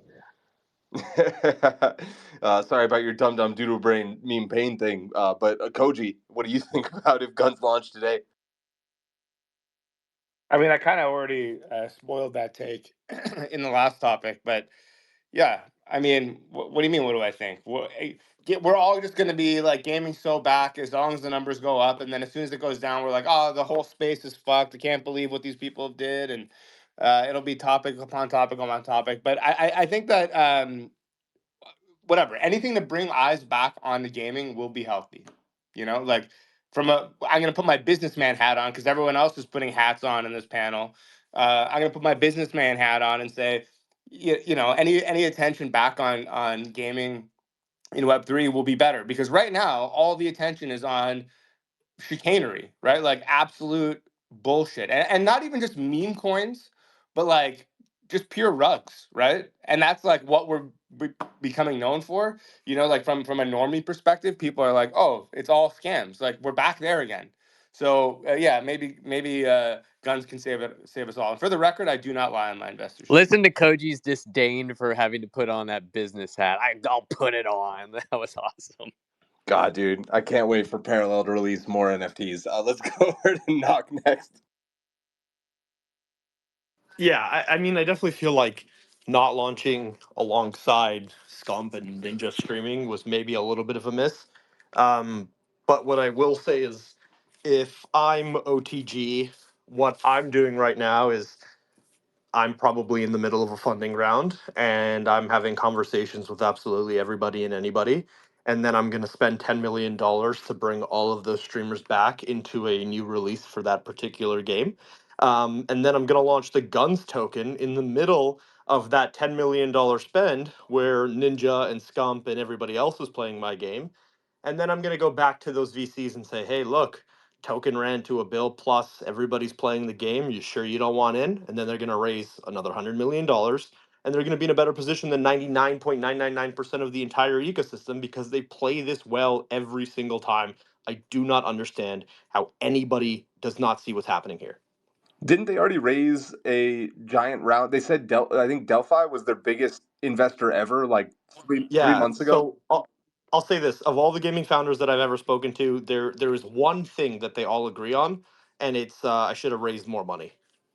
So we think that was like a bridge round, and then they're going to do like a proper Series B or something. Like, how do you consolidate that? It just doesn't matter anymore if you're that popular. Seed plus plus, good to go. Yeah, I mean, listen, I think either way, they're going to spend a significant amount of money to bring as much attention onto the game as they launch that token. And if they don't use that as a way to extend the amount of money and the runway that they have, I would be shocked. But yeah, listen, they're not going to launch this token into silence. They're going to launch it into a massive marketing spend one way or another. So it sounds like we will see the wave coming before it crashes on the shoreline, if we're believing Knoc's point of view there. Jerry, over to you. What do you think, man? Yeah, first of all, I haven't stopped laughing since you asked Koji what he thinks, and he goes, "What do you mean? What do I think?" What a fucking great answer to a question on gamified. Um, Listen, if they would have launched the token when they Ninja and fucking Tim the Tap Man and whatever these other fucking messiahs you guys follow everything they say, like if they would have done it then and the game was in a shitty state, the token would have just gone to zero and we would all have forgotten about it because we do that pretty much. We've done it 1,000 times. How many teams have we seen launch tokens, do nothing with it, and it trends slowly down, and then we go, "Ah, forgot about those guys. They're still around." Every week we have the same discussion, and then every week we talk about off the grid here on this panel. We all change our minds. It's always a different answer. Every single one of us is flip flopped on this, except for Koji, who's just called us all dumbasses the whole time. So, yeah, dude, what Gnoc said is right. I don't have anything else other than that. If they're fucking raising fund, they're raising funds. They're gonna do another round. They're gonna spend a whole bunch of money, and then they'll launch it, and they'll be right to have done that. Because if they would have done it before, the game wasn't ready for that, and the economy wasn't ready for that, and it was horribly optimized. It melted people's computers, and now hopefully the game's a little bit better, and they'll fix their controller support, and Payton will still suck. I think Doug. So what you're saying is you should have just been muted there because like Charlie was muted at the top of the show because you basically just rehashed Knox point. GG's. I do think Dub has made That was from left field. Dub has made the best point so far, which is launching into liquidity that they have right now. Like I think this is a unique position for AVAX to be in as far as the consumer base with liquidity that's already bridged onto the chain. And I could imagine them looking at that and going, holy shit, we have to do this probably while that's going on. Because if that narrative changes, they've missed the single best opportunity to launch anything on AVAX, period, I think. Dub, you're waving the hand. Do you want to chime in again? No, just look at me. I'm wicked smart. Congratulations on that. Spangler, Big Wills, over to you, buddy. Yeah, so I obviously, we all know that Gunzilla does their own thing. So, I probably know less than the average person about their machinations and their plans. But I think I think what's been said is over and over again is that the game that Gunzilla plays is fundraising. That is what they have proven that they do well over and over and over again. They know how to time their fundraising, they know how to time their releases, and they know how to launch things at the right time with the right amount of force in the right place. And I think that we were talking about the amount of daily active wallets that they have. I think all of that stuff plays in. They're going to be waiting for the right moment for marketing. It's going to come with a big marketing ploy. It's going to come after some massive gameplay update or rejigging of the engine to a point where they're really comfortable with it. Because if they wanted to launch it at any point, they could have, but they aren't, because they're smart and they know what they're doing. I think we've all seen how targeted they are with their approaches and their ideas. And I think that the token is going to come at a point where all of these stars start to align. So I think, we're talking about if they launch today, they would never do that. You will know exactly when it's going to come and how it's going to come, because it's going to smack you over the back of the head. All right, great stuff from Wills. Also, Vo joining us from the audience. Great to have you, Vo. Would love to have you chime in on this one. Let's go over to Sinjin in the meantime. Feel free to raise your hand anytime. I'll go over to you. Yeah, actually, I just want to make a point that I don't flip flop, Jerry. I think you know that, so I think your comments are to everybody else, of course. You wouldn't want to piss me off. 100%, Sinjin. I apologize. Yeah, all right, yeah, okay. That's a good man. They're very calculated. When you launch a game like they have, and people are playing with like the top systems, and they're overheating and they're melting the systems. That game is so far away from optimization, it's not even funny, right? And so like a game that they've put out, like how much more optimization do they really need that they can capture that kind of middle level of like performance, and basically their user base a lot more, and will it cost more? And that's the other thing though too. It's like you don't know as a game developer like what the limits are until you hit those limits for these high performance games, right? And so in terms of like how much runway do they need even for development, right? So at a certain point in a game's development, you finish the game, and then you go into live ops and you go into maintenance, and that's great, right? And then you have a choice whether you want to keep the core team on, or you want to let them off, or you want to take off 30% or whatever like this, right? They don't really have that option. Right. And so what I figure is like what everyone else is saying too is like, they're building up to this point. They're going to, some of the updates they've had, they've been really kind of clunky, and like, the gameplay is a little off, and that's normal. That's normal in game development. Because sometimes when you've made something for a demo, like their first release really was, right, the mechanisms that you did to do that, or the process, may not scale, and so they've had to kind of go back and rework things maybe entirely, and now they're going to get to that other point where, okay, now we're stable again, and we're going to do this raise and so on and so forth, because now we recognize like what the real like scope is, and I think they've recognized, hey, that scope is somewhat like 2 more years to really get to where they need to be. But in terms of playing the Web3 game, I think they've done it admirably. Like they've done really well. They know when to raise, they know what to do. They released that game that was melting off CPUs, and they pulled it off. So good on them. Let them cook. Let them cook, not just their graphics cards. Chuck Stock, over to you, buddy. Yeah, I mean, after watching a lot of these token launches, I'm just wondering if it's like almost better never to launch your token at this point. Just like use this as this like incentive hammer and just like get everybody to keep farming and playing and be like, it's coming. It's don't worry, a token's coming. And I just feel like you've seen that really well with a lot of teams in the past, is just always using this token drop as like an incentive machine. And it seems like everyone that launches the token, it almost just feels like this like max extraction event. And unless you have like the revenue to support like the token price, then it just feels like there's nothing left to wait for. You're seeing it with like all the NFT communities. You're seeing it with other really big games. Like once the token's live, I think there's this like sentiment that there's nothing left to speculate on. Like there's nothing left to like earn and gamify and be rewarded for. So I think we're just going to keep seeing this thing delayed. I don't think they're going to launch it for a very long time, in my opinion. I think they're going to keep using it as this thing that's going to land for gamers at some point, and they might just keep doing drops with NFTs and fundraising. But I think we're not going to see this token come out for a long time. Interesting take. All right, let's go to Gnoc, then to Payton. Yeah, one thing that seems to be like really difficult for people in the space to grasp is that the larger your war chest, the slower and more deliberate you can be in the space about absolutely everything that you do. And people talk. Obviously, I work for Magic Eden.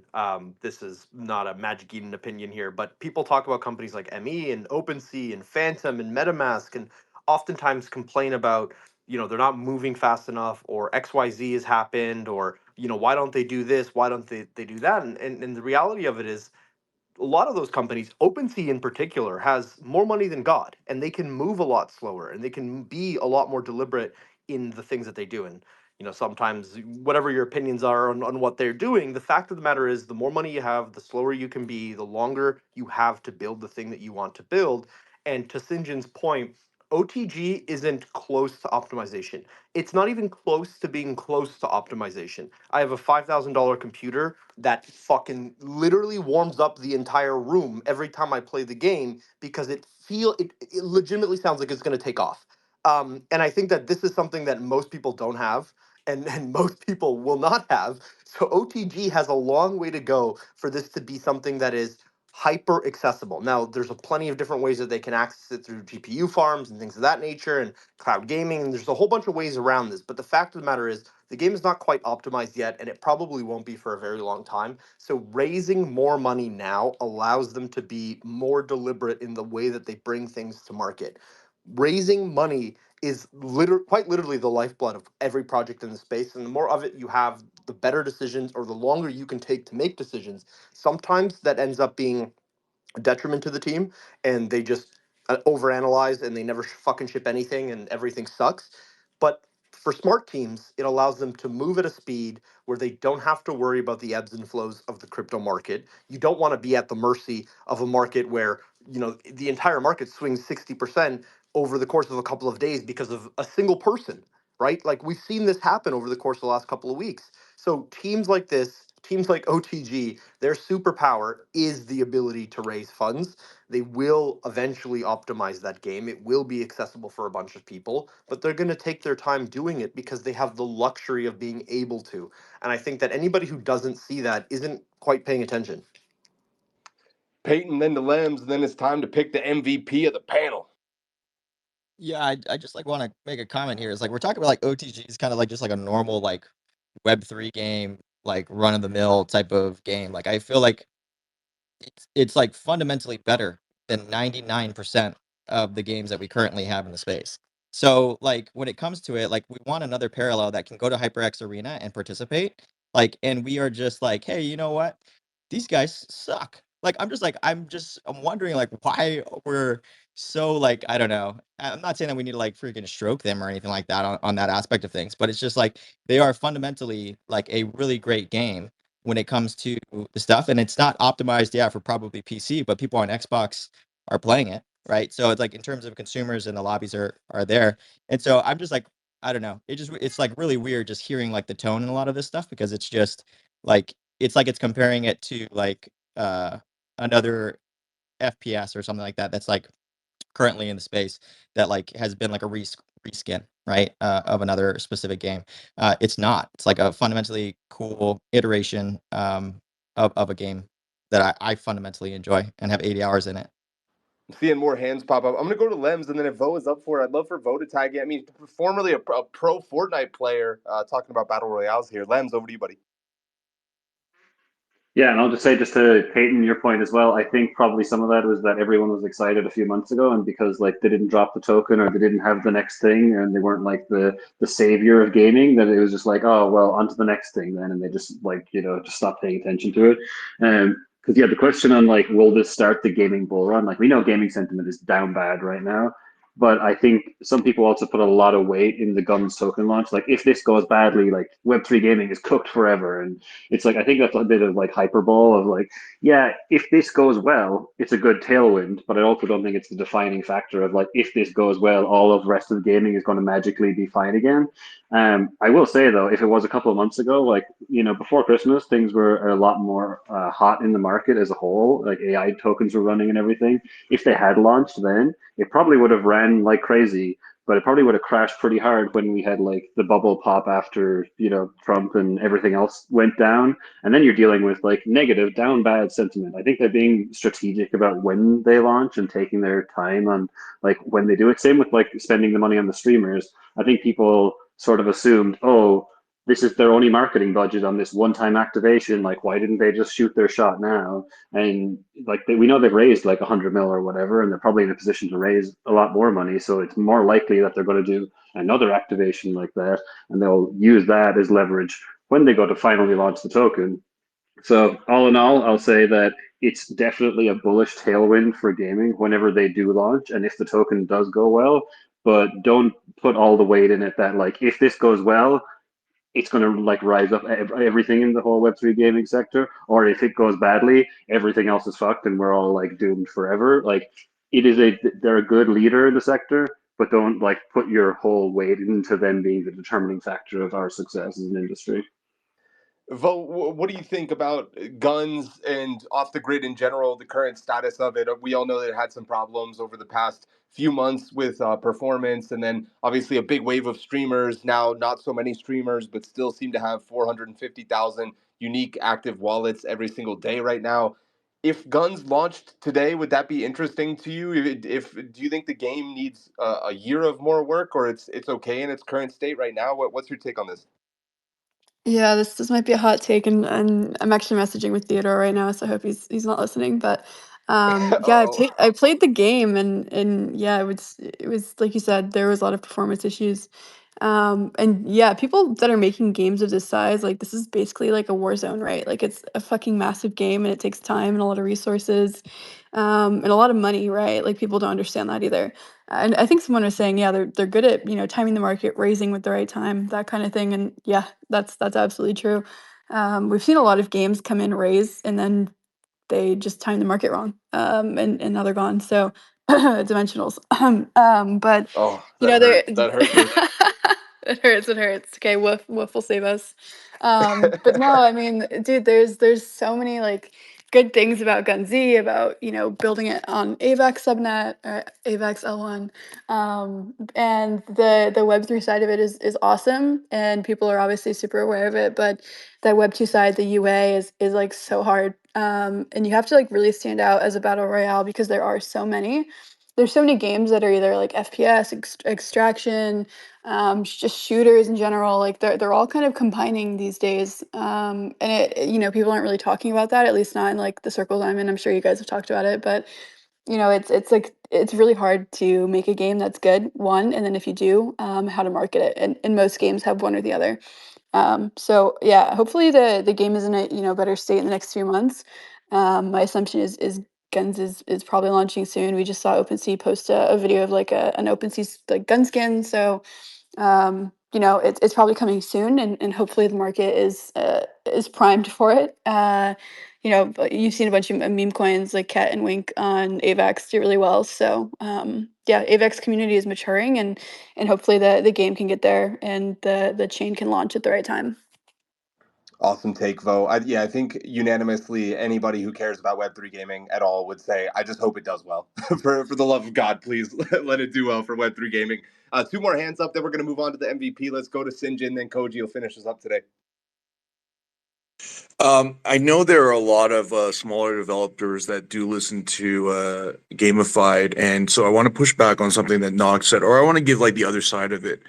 Yeah, he said that, like you need to raise as much money, and the bigger companies, they have their time to move, and then they can make decisions, right? And the downside of that, and this is myself being, a gaming executive in a multi-billion-dollar company as well, and then also doing startups, is that when you have that money as a bigger company, you think that that's a sufficient moat, and sometimes it really isn't. But that's neither here nor there, right? But specifically for like the builders who are really struggling, who haven't gotten the funding that they think they need, they're not giving themselves a great salary. They're maybe 2 or 3 people down that they probably could hire that make things life easier. Is that when you don't have an unlimited funds, the most beautiful thing that happens is that you really get to a really elegant solution. What I mean by that is that you really have to put a lot of intellectual investment and time to think about how is this really going to work.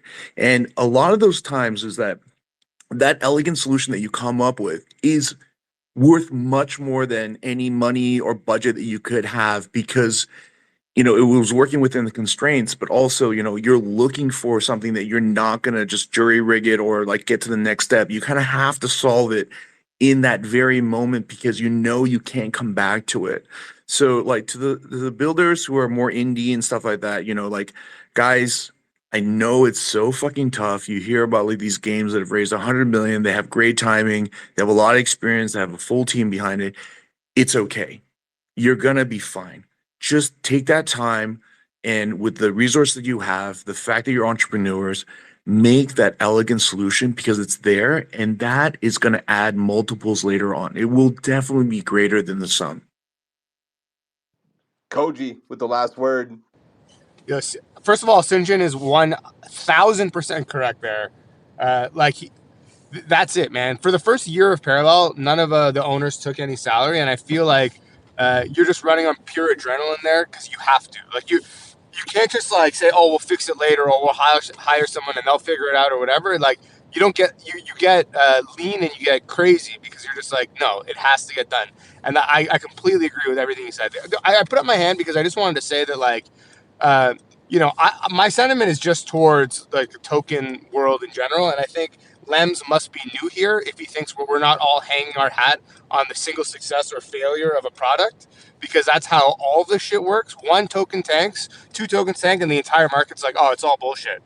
So like, that's just crypto in a nutshell. But I do think that Gunzilla and Off the Grid is among the best we have, right? Like I agree with Payton's sentiment. This isn't just another Web3 game; it's one of the best.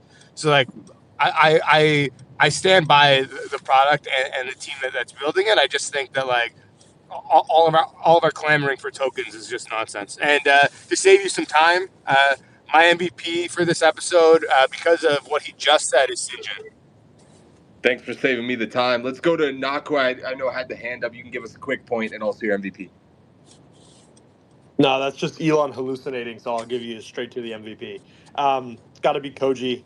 Very close second is Sinjin, but I'm giving it to Kohji for calling us out on all of our shit, and I think his comedic way of approaching the realities of Web3 has never hit harder than in an episode where to Jerry's point, we're talking about a man who slept with the Argentinian president's fucking sister, and he completely tanked the entire market. It is just utterly absurd. And Kohji calling it out on a weekly basis never hit harder than today. So it's for him. We're all in Goblintown. Let's go back to Sinjin. Sinjin, who you got for MVP? All right, it is definitely Dub. Dub, I love you, brother, and you're just a force of nature. But the close second for me would have been Jerry. Always solid. I don't agree with half of his points, but when he's on point, he's good. And when he's not on point, I mean, We it's good don't to need hear to give that I him was that much respected. space. No, it's okay. Fuck Jerry. But you got to hear what the peons have to say once in a while. I'm the MVP you chose, Sinjin, not fucking Jerry. There's a reason for that. All right, I love Dub. Dub the MVP. MVP. Dub's the Attaboy. MVP. Dub gets it. I appreciate you, Bo. The golden fraud comes in second place yet again. Shocker. Dub, go ahead. Who's your MVP? Yeah, I'm going to give it to Chuck Stock here, just out of spite of Jerry, and to end whatever the fuck this feud is. It's too much inside baseball for the space and for everyone to have to deal with in the future anyway. So, Chuck, take it away. Let's go. Getting it out of spite. I'll take it. Um, I think as it just absolutely pains me to say this, but I'm gonna give it to Jerry, mainly with his intro was a banger, and I think it like set the tone for this space. This was the most fun I've had in a space in a very long time, and I thought the energy was really, really good. And I thought it all started with Jerry's opener, so I'm gonna go kill myself now, but it was great.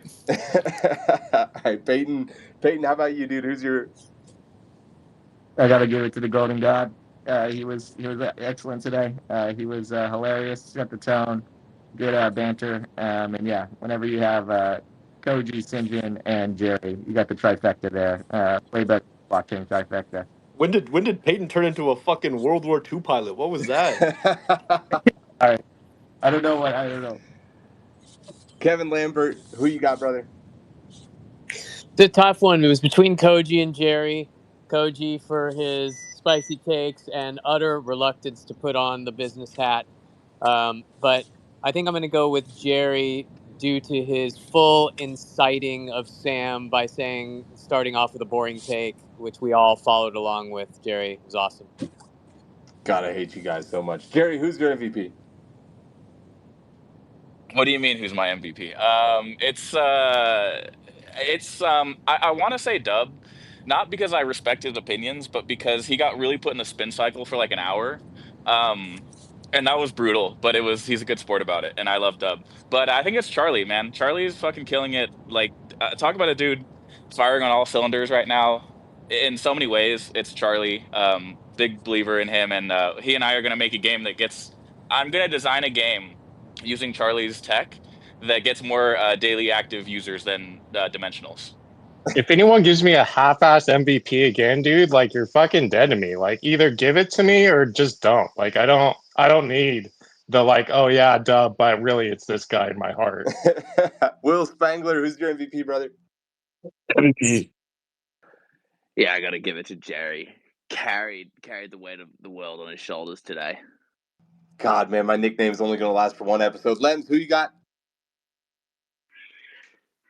I think I have to literally give it to Jerry. I think the icing on the cake was I'm not going to give it to Dub, but not for his opinions. Like, man, like what a way to give a vote. The Golden God returns. No more golden fraud on this panel. Jerry, congratulations. You have shirked it in the same episode that you received it. Over to you, buddy. 60 seconds of FaceTime. They don't ask how, Sam. They ask how many, and that would be 6 MVPs for the kid. Yeah, I don't know. I hate plugging myself. Sam yelled at me last time I didn't plug myself. On Tuesdays and Fridays, I do the stages or spaces equivalent of this on an app called the Arena. Would love if you guys came and joined. I think AVAX is cooking up a lot of really cool things. We talked to a lot of people over there, so would love any support. That's the plug for myself. But as always, I think the credit goes to people like Kohji, like Kevin, who are doing fucking world championships this year at fucking arenas, And yeah, I think Sam, you always curate this. I think this drives the Web3 gaming space, forward in such a big way. And woof woof, bitches. Thanks, Jerry. Yeah, please go check out Jerry's show. What time are they? Are they always the same time on Tuesday and Friday? It's Tuesdays at 10 a.m. PST and Fridays at noon PST. All right, yeah, go drop in, check out what AVAX is cooking up along with Jerry and Brandon. And as we chill out on this captivating conversation, let's give a frosty farewell and a flurry of gratitude to our friends at Avalanche, the official chain of Gamified. They're the cool cats of the cryptosphere, the pioneers of the permafrost, and the official blockchain of Gamified. I'll say it twice because it feels better the second time. Don't be left shivering in the cold. Join Solo Leveling, T1 Esports, Off the Grid, and the California DMV. So many others making their very own Layer 1 blockchain where they can keep all the value right where it belongs. Thank you to Avalanche. And of course, calling all cosmic crusaders and spacefaring scoundrels, Star Atlas is about to ignite the gaming galaxy with its pulse-pounding space races where velocity and valor are your keys to victory. Master the maneuvers of magnificent spaceships, mine marvelous minerals, and build an empire that spans the stars. Join the Discord, get a game key, and play the preseason to prepare for a year of stellar surprises in 2025. And Game 7 is flipping the script on the traditional gaming grind. Forget those greedy gatekeepers hoarding all the loot. Game 7 is putting their gold right where their game is, ensuring 80% of the revenue goes straight back to the players. With over 150 games already on board, Game 7 isn't just pressing continue, they're shattering records and respawning us into a brighter gaming future. So grab your gamepads and get ready to conquer the next era of gaming with Game 7 and get in touch with the official infrastructure of Gamified. It's been a super, super fun panel, one of the spiciest we've ever had. Thanks, everybody, for being a great sport, for being willing to make some jokes along the way, because that's the only thing that keeps us sane. I love all you guys. We'll see you back here, same time, same place, 4 p.m. Eastern every single Wednesday, and of course on Mondays, 4 p.m. Eastern for Simplified as well. Thanks so much, guys. Have a good one.